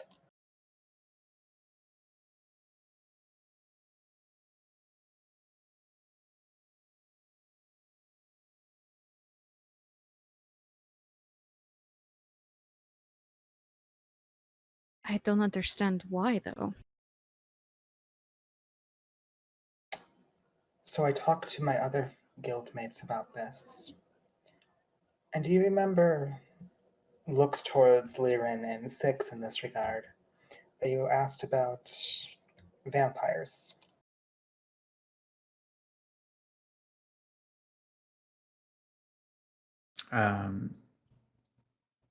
Out of character, I don't actually remember talking to Stray about that. You didn't talk to Stray, but you did talk to Crow. And she actively talked about asking her guildmates. I think. I don't know anything about them. Just they're dangerous. I recall some during the guild summit. So one of the things that we have certainly learned is any information about them seems to disappear. However, largely through rumors and talking and anything that does exist, we know that they are very capable at manipulation and charm magic. It's possible that she is not in her right mind, or it's possible that she is working with them in her right mind. But that would be our assumption based upon the information we currently have. We also know that she has been consistently more active at night. Anytime we have rumors of what she has been doing, it has been when the sun has already gone down. We know that she can move in the sun. Don't know what that means beyond the fact that she has definitely, we all saw her at the beach. But beyond that, she has definitely been talking to people every night. Is it at all plausible from what you know that she is not in control of her own actions at this point? It's possible. I'm sure you're aware that people in this building could do that. You create simple charms of, at this hour, come here. And then they discuss exactly what and trigger phrases in order to make them do that. It's possible her mind is not her own. Possible. But we cannot confirm one way or the other.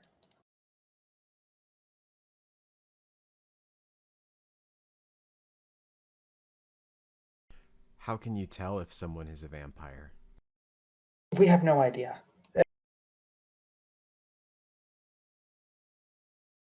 I might be able to. Huh? Um, my god gives me the ability to see. I can sense essentially if they might be celestial in nature or that of that like. But I have to be within a certain amount of range in order to. I'd have to get close enough to tell. That means most likely. I know of what you're speaking of. Many Iridians can do the same. We'd be able to tell that they would be undead. We do not know what type. Mhm. Additionally, if they are touched by the undead, possibly even being controlled by them, you might be able to sense that. I suggest you use it very liberally for a bit of time. In fact, why don't you do it now? Navali, she was Yes. alone with Willow for a month.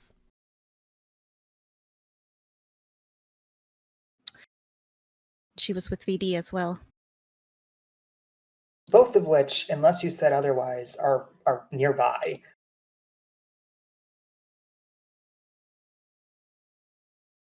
I would like to ask for them to come over. They will both do so willingly. Funny enough, they're the two black cats of your group. Navali is going to divine sense. Neither of them are undead or touched by the undead. Navali gives a sigh of relief. In fact, I will mention this very briefly. No one within your party or stray seems touched by the undead. Or celestial. Well, slightly. Primelia seems to have a slight celestial leaning, but it's very strange to you. Like, it doesn't seem to be that she's celestial, necessarily touched so much as borrowing something. Navali will make note of that, but she has more pressing things on her mind. And no one has a fiendish control. And Stray herself is not a succubus and therefore does not even look like it and doesn't seem to be manipulated by succubi. No one in here has been touched by the vampires. Or is undead from what I can sense. That means you can likely trust everyone here. Oh, and if she's simply following commands, then it's possible that her decision to not tell us where she is because not because she doesn't want to, but maybe she doesn't know.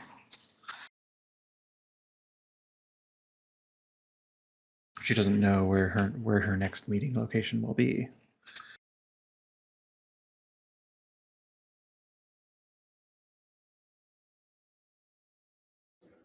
With everything that we learned, we would like to offer you a bit of extra aid in one regard. If you do know where it's going to be, I do not believe us coming along would be wise, as they might become wary. But we might use this as, for example, if a fight breaks out, we can be nearby so we can follow them in a way that you cannot easily. Or to put this in simple terms, because I understand that might be a bit confusing for someone of your like. She kind of nods towards Karata, who she's apparently been told about your skills. The succubi in this location can go into the ethereal realm. In theory, they could simply follow them in the ethereal realm.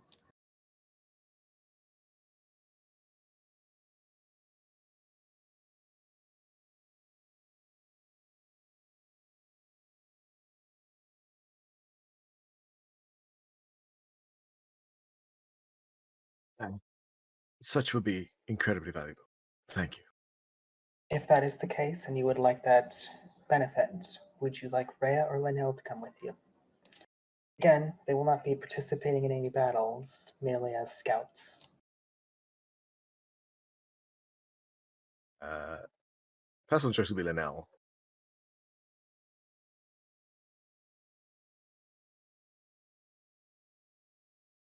I am willing to take suggestions. Yeah, I'm happy to explain both of them in more detail if you'd like. sure. Rails, you've talked to quite a bit over the beach. She is someone who's clearly capable of being a spellcaster. Linnell taught Rev how to use those Scarlet moves. That is right. We're not right. Linnell was trained by Scarlet.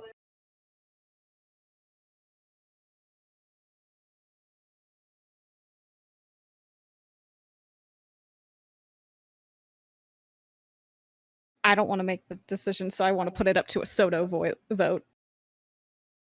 No. Okay, I'm gonna offer Rhea specifically because Six knows that Permilia doesn't like Linnell.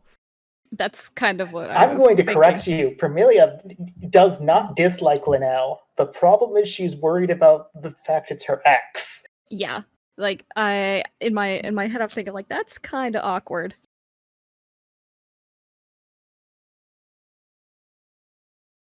It's also we're looking for Rev.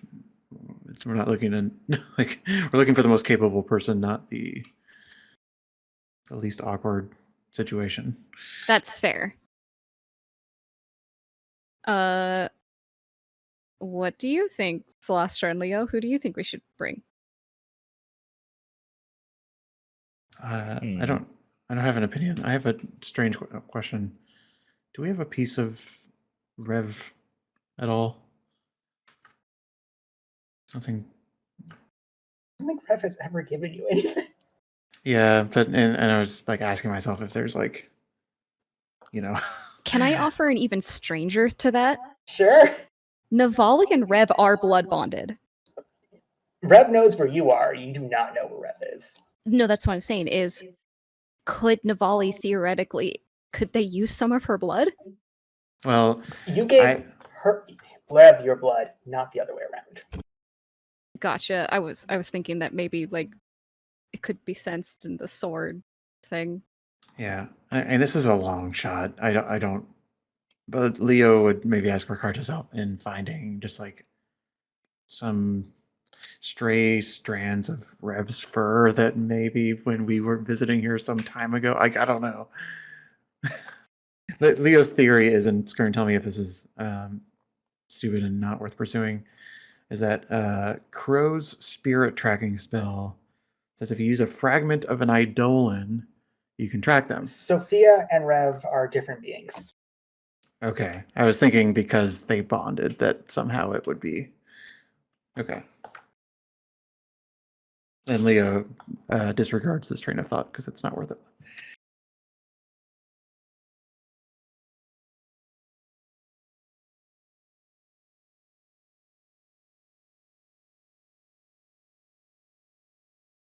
The stray continues to wait patiently to decide whether it is Rhea or Linnell who's going to be brought with you. This is another. Well, okay, actually, out of character. I don't know that Leo was brought up to speed on what happened in the Pearl District at all. I don't think he was, because there was a lot of fighting and probably people forgot to inform you. Okay, well then it's more of an out of character comment, not a Leo idea. But like, we could just go knock on the door. Knock on the door of some vampires that we know are nearby. Could indeed, for example, have Celestra send to Janine. Oh, that's such a good idea, though.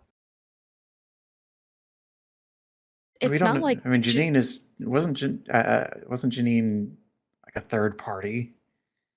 yeah, she was doing experiments for. You know she was a vampire. Like, you're Yeah. almost positive of that. Yeah, but that does that imply they're part of the same coven? Like, You have no idea? yeah. I mean, it could work. I mean, it's not like she owes us a favor or anything. If anything, she kind of did something for us. We But did something for her too. As you have this conversation and start thinking about other things, Stray will just kind of clear her throat. I'm going to tell Rhea that it is unlikely her abilities will be as useful. and tell Linnell to follow you, because we are very confident she can kill anything that tries to stop her. Is that acceptable? Perm looks at Navali, or Navali looks at Perm, sorry. It's fine. Excellent. You may decide exactly what you're going to do. I'm going to let her know. Stray gets up to leave while you discuss other plans. What do you guys think? Should we try to reach out to her? We can. I'm running low on spell slots. Too long rested. We had a long Oh, yeah. my bad. Never mind. I Let's also go for say it. this, is it possible that Rev has been awoken? What? Like, are we assuming that he's dead and that we can't message him directly? We could try. Who mentioned he was dead? I'm just saying he didn't respond last night. That doesn't mean he won't respond this morning. If we- By all means, Leon, please. No. Celastra, Leorens is out loud. If Rev's in danger, it'll give him away. That makes sense. Not to volunteer your magic, Celastra, I apologize. That's fine with me. Do we all agree? I think that would be a good.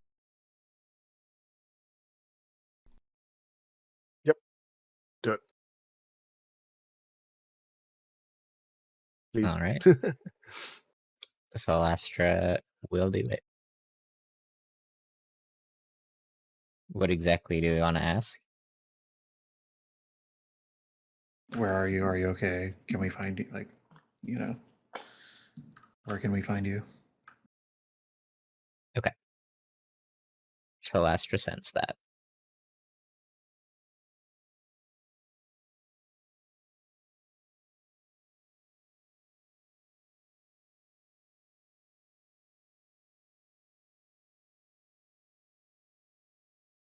One moment, please.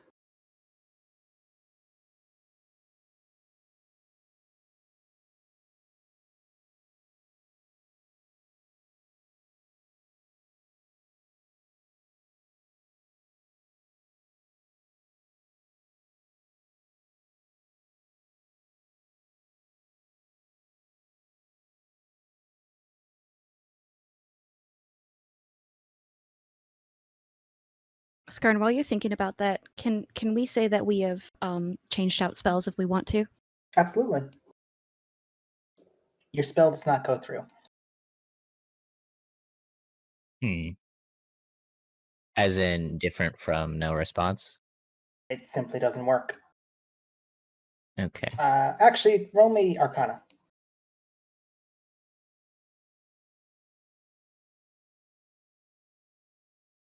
Just didn't work. Would Leo be able to sort of, in hearing that it doesn't work, also diagnose? You can roll me insight on it to even know if you could roll Arcana. Yeah. It's hard to tell. There could be a lot of things. So you're not going to guess too further. It wasn't your spell, so you don't get the magical sense that Celastra did.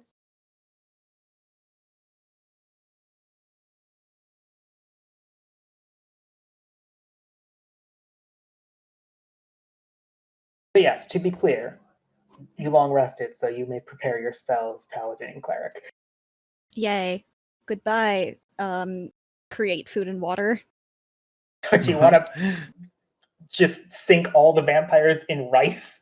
I will drown them in rice. 80 Just pounds. garlic. Garlic Oh, everywhere. garlic!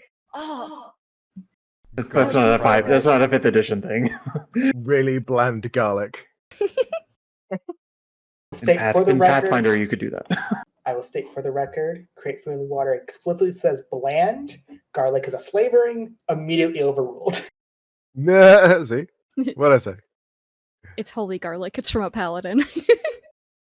It's that garlic pre-minced in a jar. Um, No, I'm switching out create food and water for a pretty cool spell. Well, I will ask as the party nervously tries the sending. Is there anything else they want to do as they wait for the day?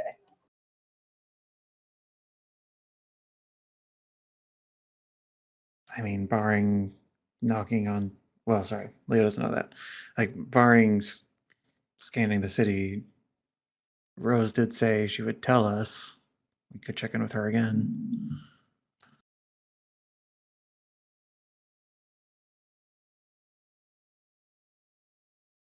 Whether she'll be legitimately helpful or not. Unfortunately, I feel like even if we are able to contact her, given though she might potentially be under the thrall of a vampire or charmed by one, we won't really get any results.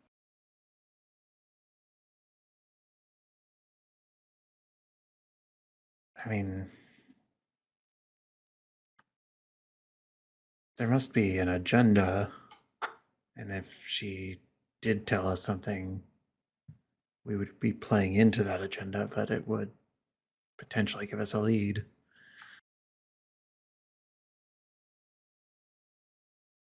I mean, I guess I'm trying to look for alternatives because I can use my spells to cover certain sections of the city, but it's sort of a needle in a haystack situation.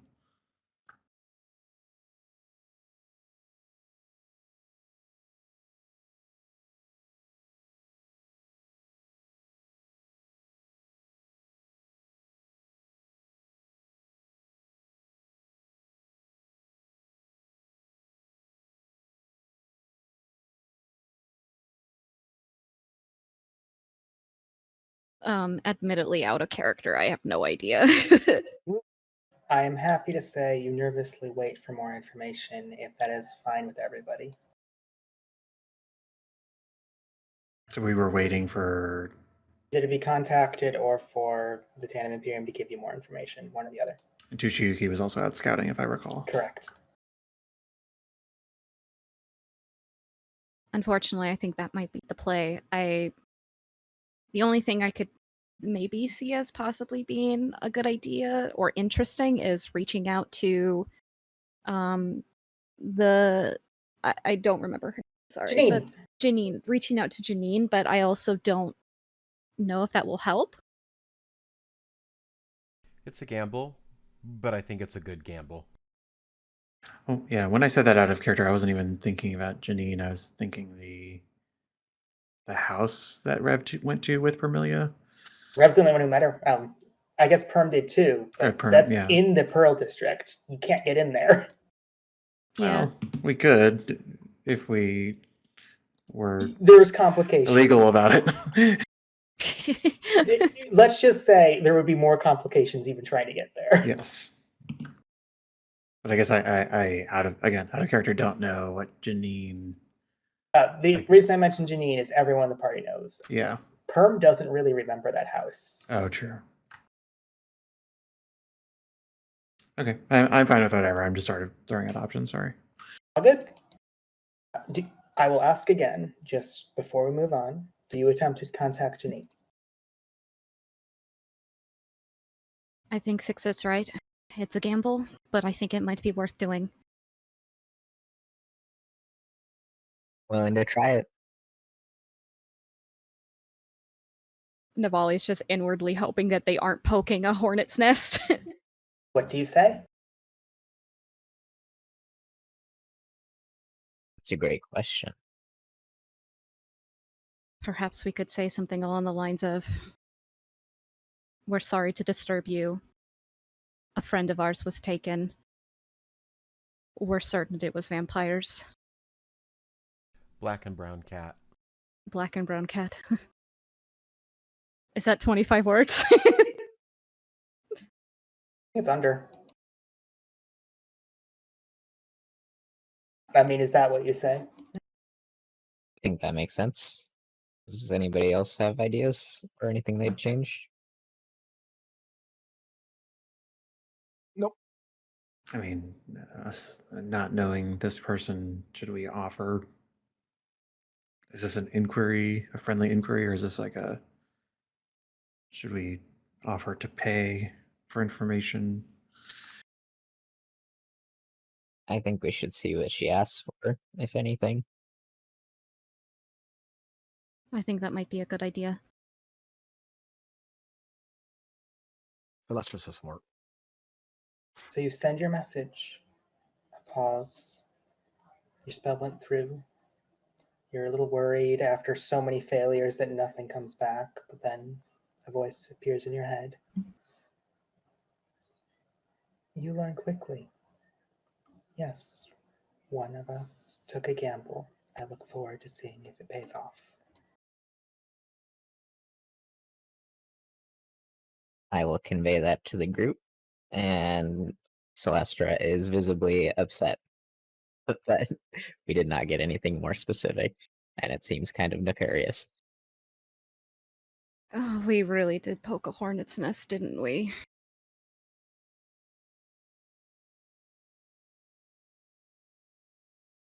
Is there any way we can barter?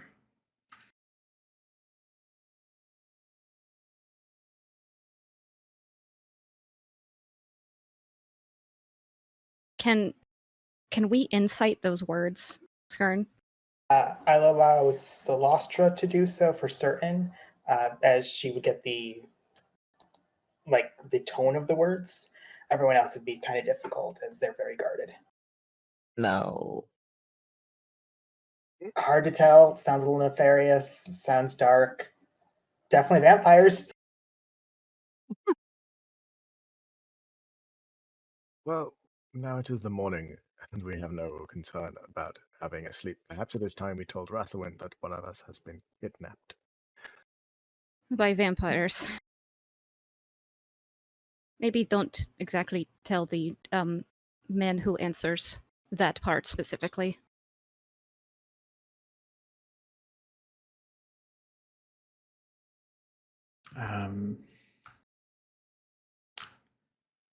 Out of character, best case scenario. I mean, best case scenario, Rosalind meets with us in like 4 hours. like I don't. How far away is the castle from where we are?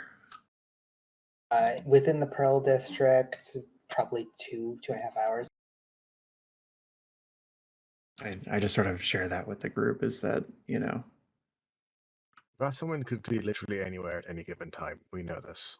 That is for her to inform us about more than anything else.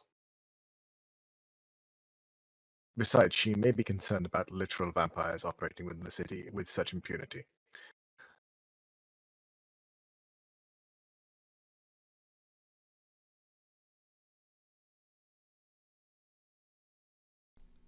I'm going to step away from this conversation, and I'm going to go for a walk. We shouldn't go alone, so I'd like one person to come with me.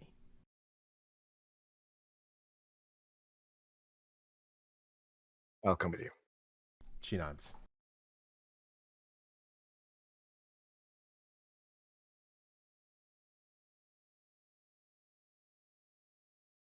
I'll ask, is there a particular scene you'd like to have, Six?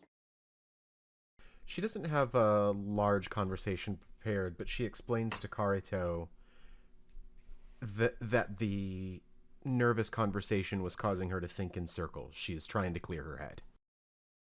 Makes sense. What do you think we should do? Truthfully, I do not know. But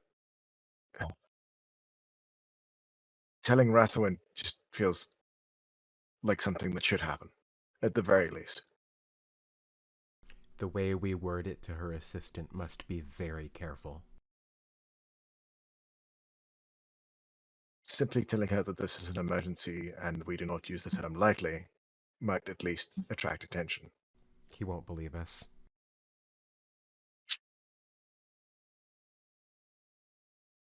He's already implied that we're needy. Using the word emergency will just make him think that that's what we are. We need to think of something that she would recognize as a code word, but that he wouldn't.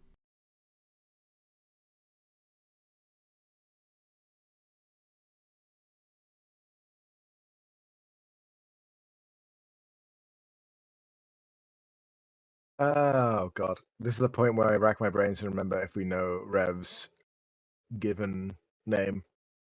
Raphael Artoga. Well, people have said it to your face. We could perhaps use his original family name. Your associate, Mr. Ortega, is in life-threatening danger. He nods. Yes, that We have the would be subtle information. enough. Good thinking, Karito. You're smart. At the moment, I definitely don't feel it.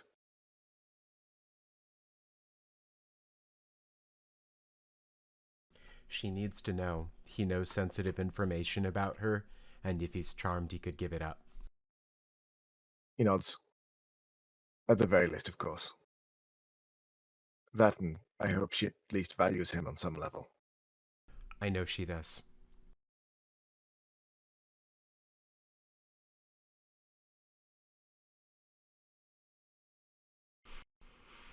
Your associate, Mr. Ortega, is in life-threatening danger. It could harm us and you. We're at the Tandem Imperium.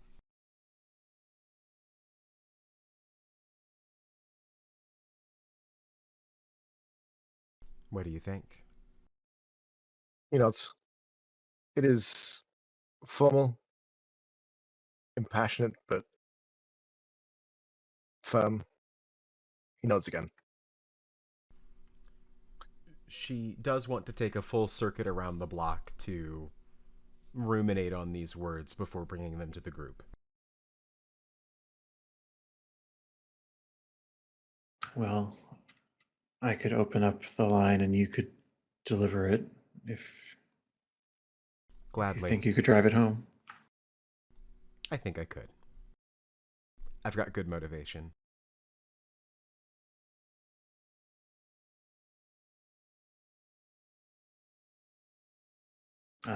Well, when people are ready, Leo will tell you. I forget if you've ever done this before, but you have 12 seconds. She nods.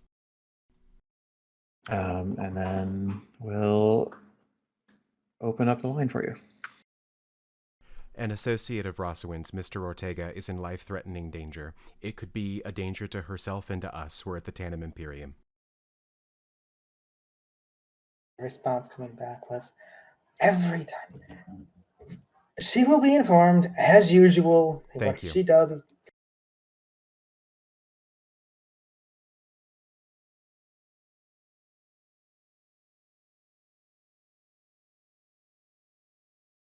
So I will ask, before I do the final scene, is there anything else people want to do?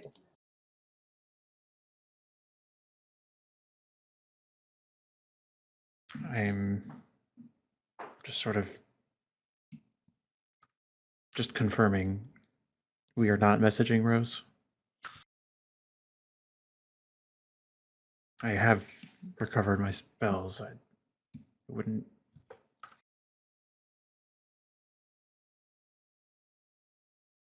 Out of character, I don't really think there's a point, but Be funny.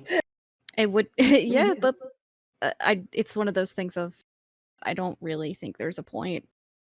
Yeah, I mean, Leo's perspective is like if she has any control at all, she did say she would tell us something. So this would sort of confirm if she's stonewalling us or if she has anything to give at all. Um Probably not.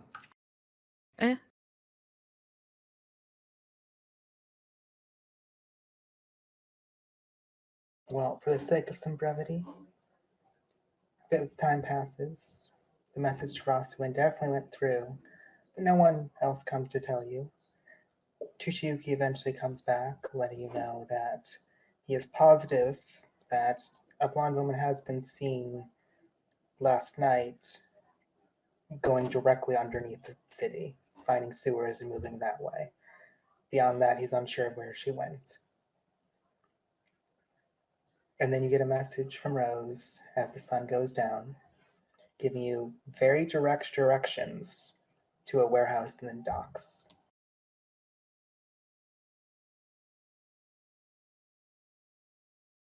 And we'll end with you getting directions towards a warehouse. Oh boy. Oh, boy. Oh lord. So let's end there. Enjoy the tension for a week. I'm sorry, 2 weeks. I'm sorry, Oh. Rev. 2 weeks? Yes, we are skipping next week. I apologize. Ah.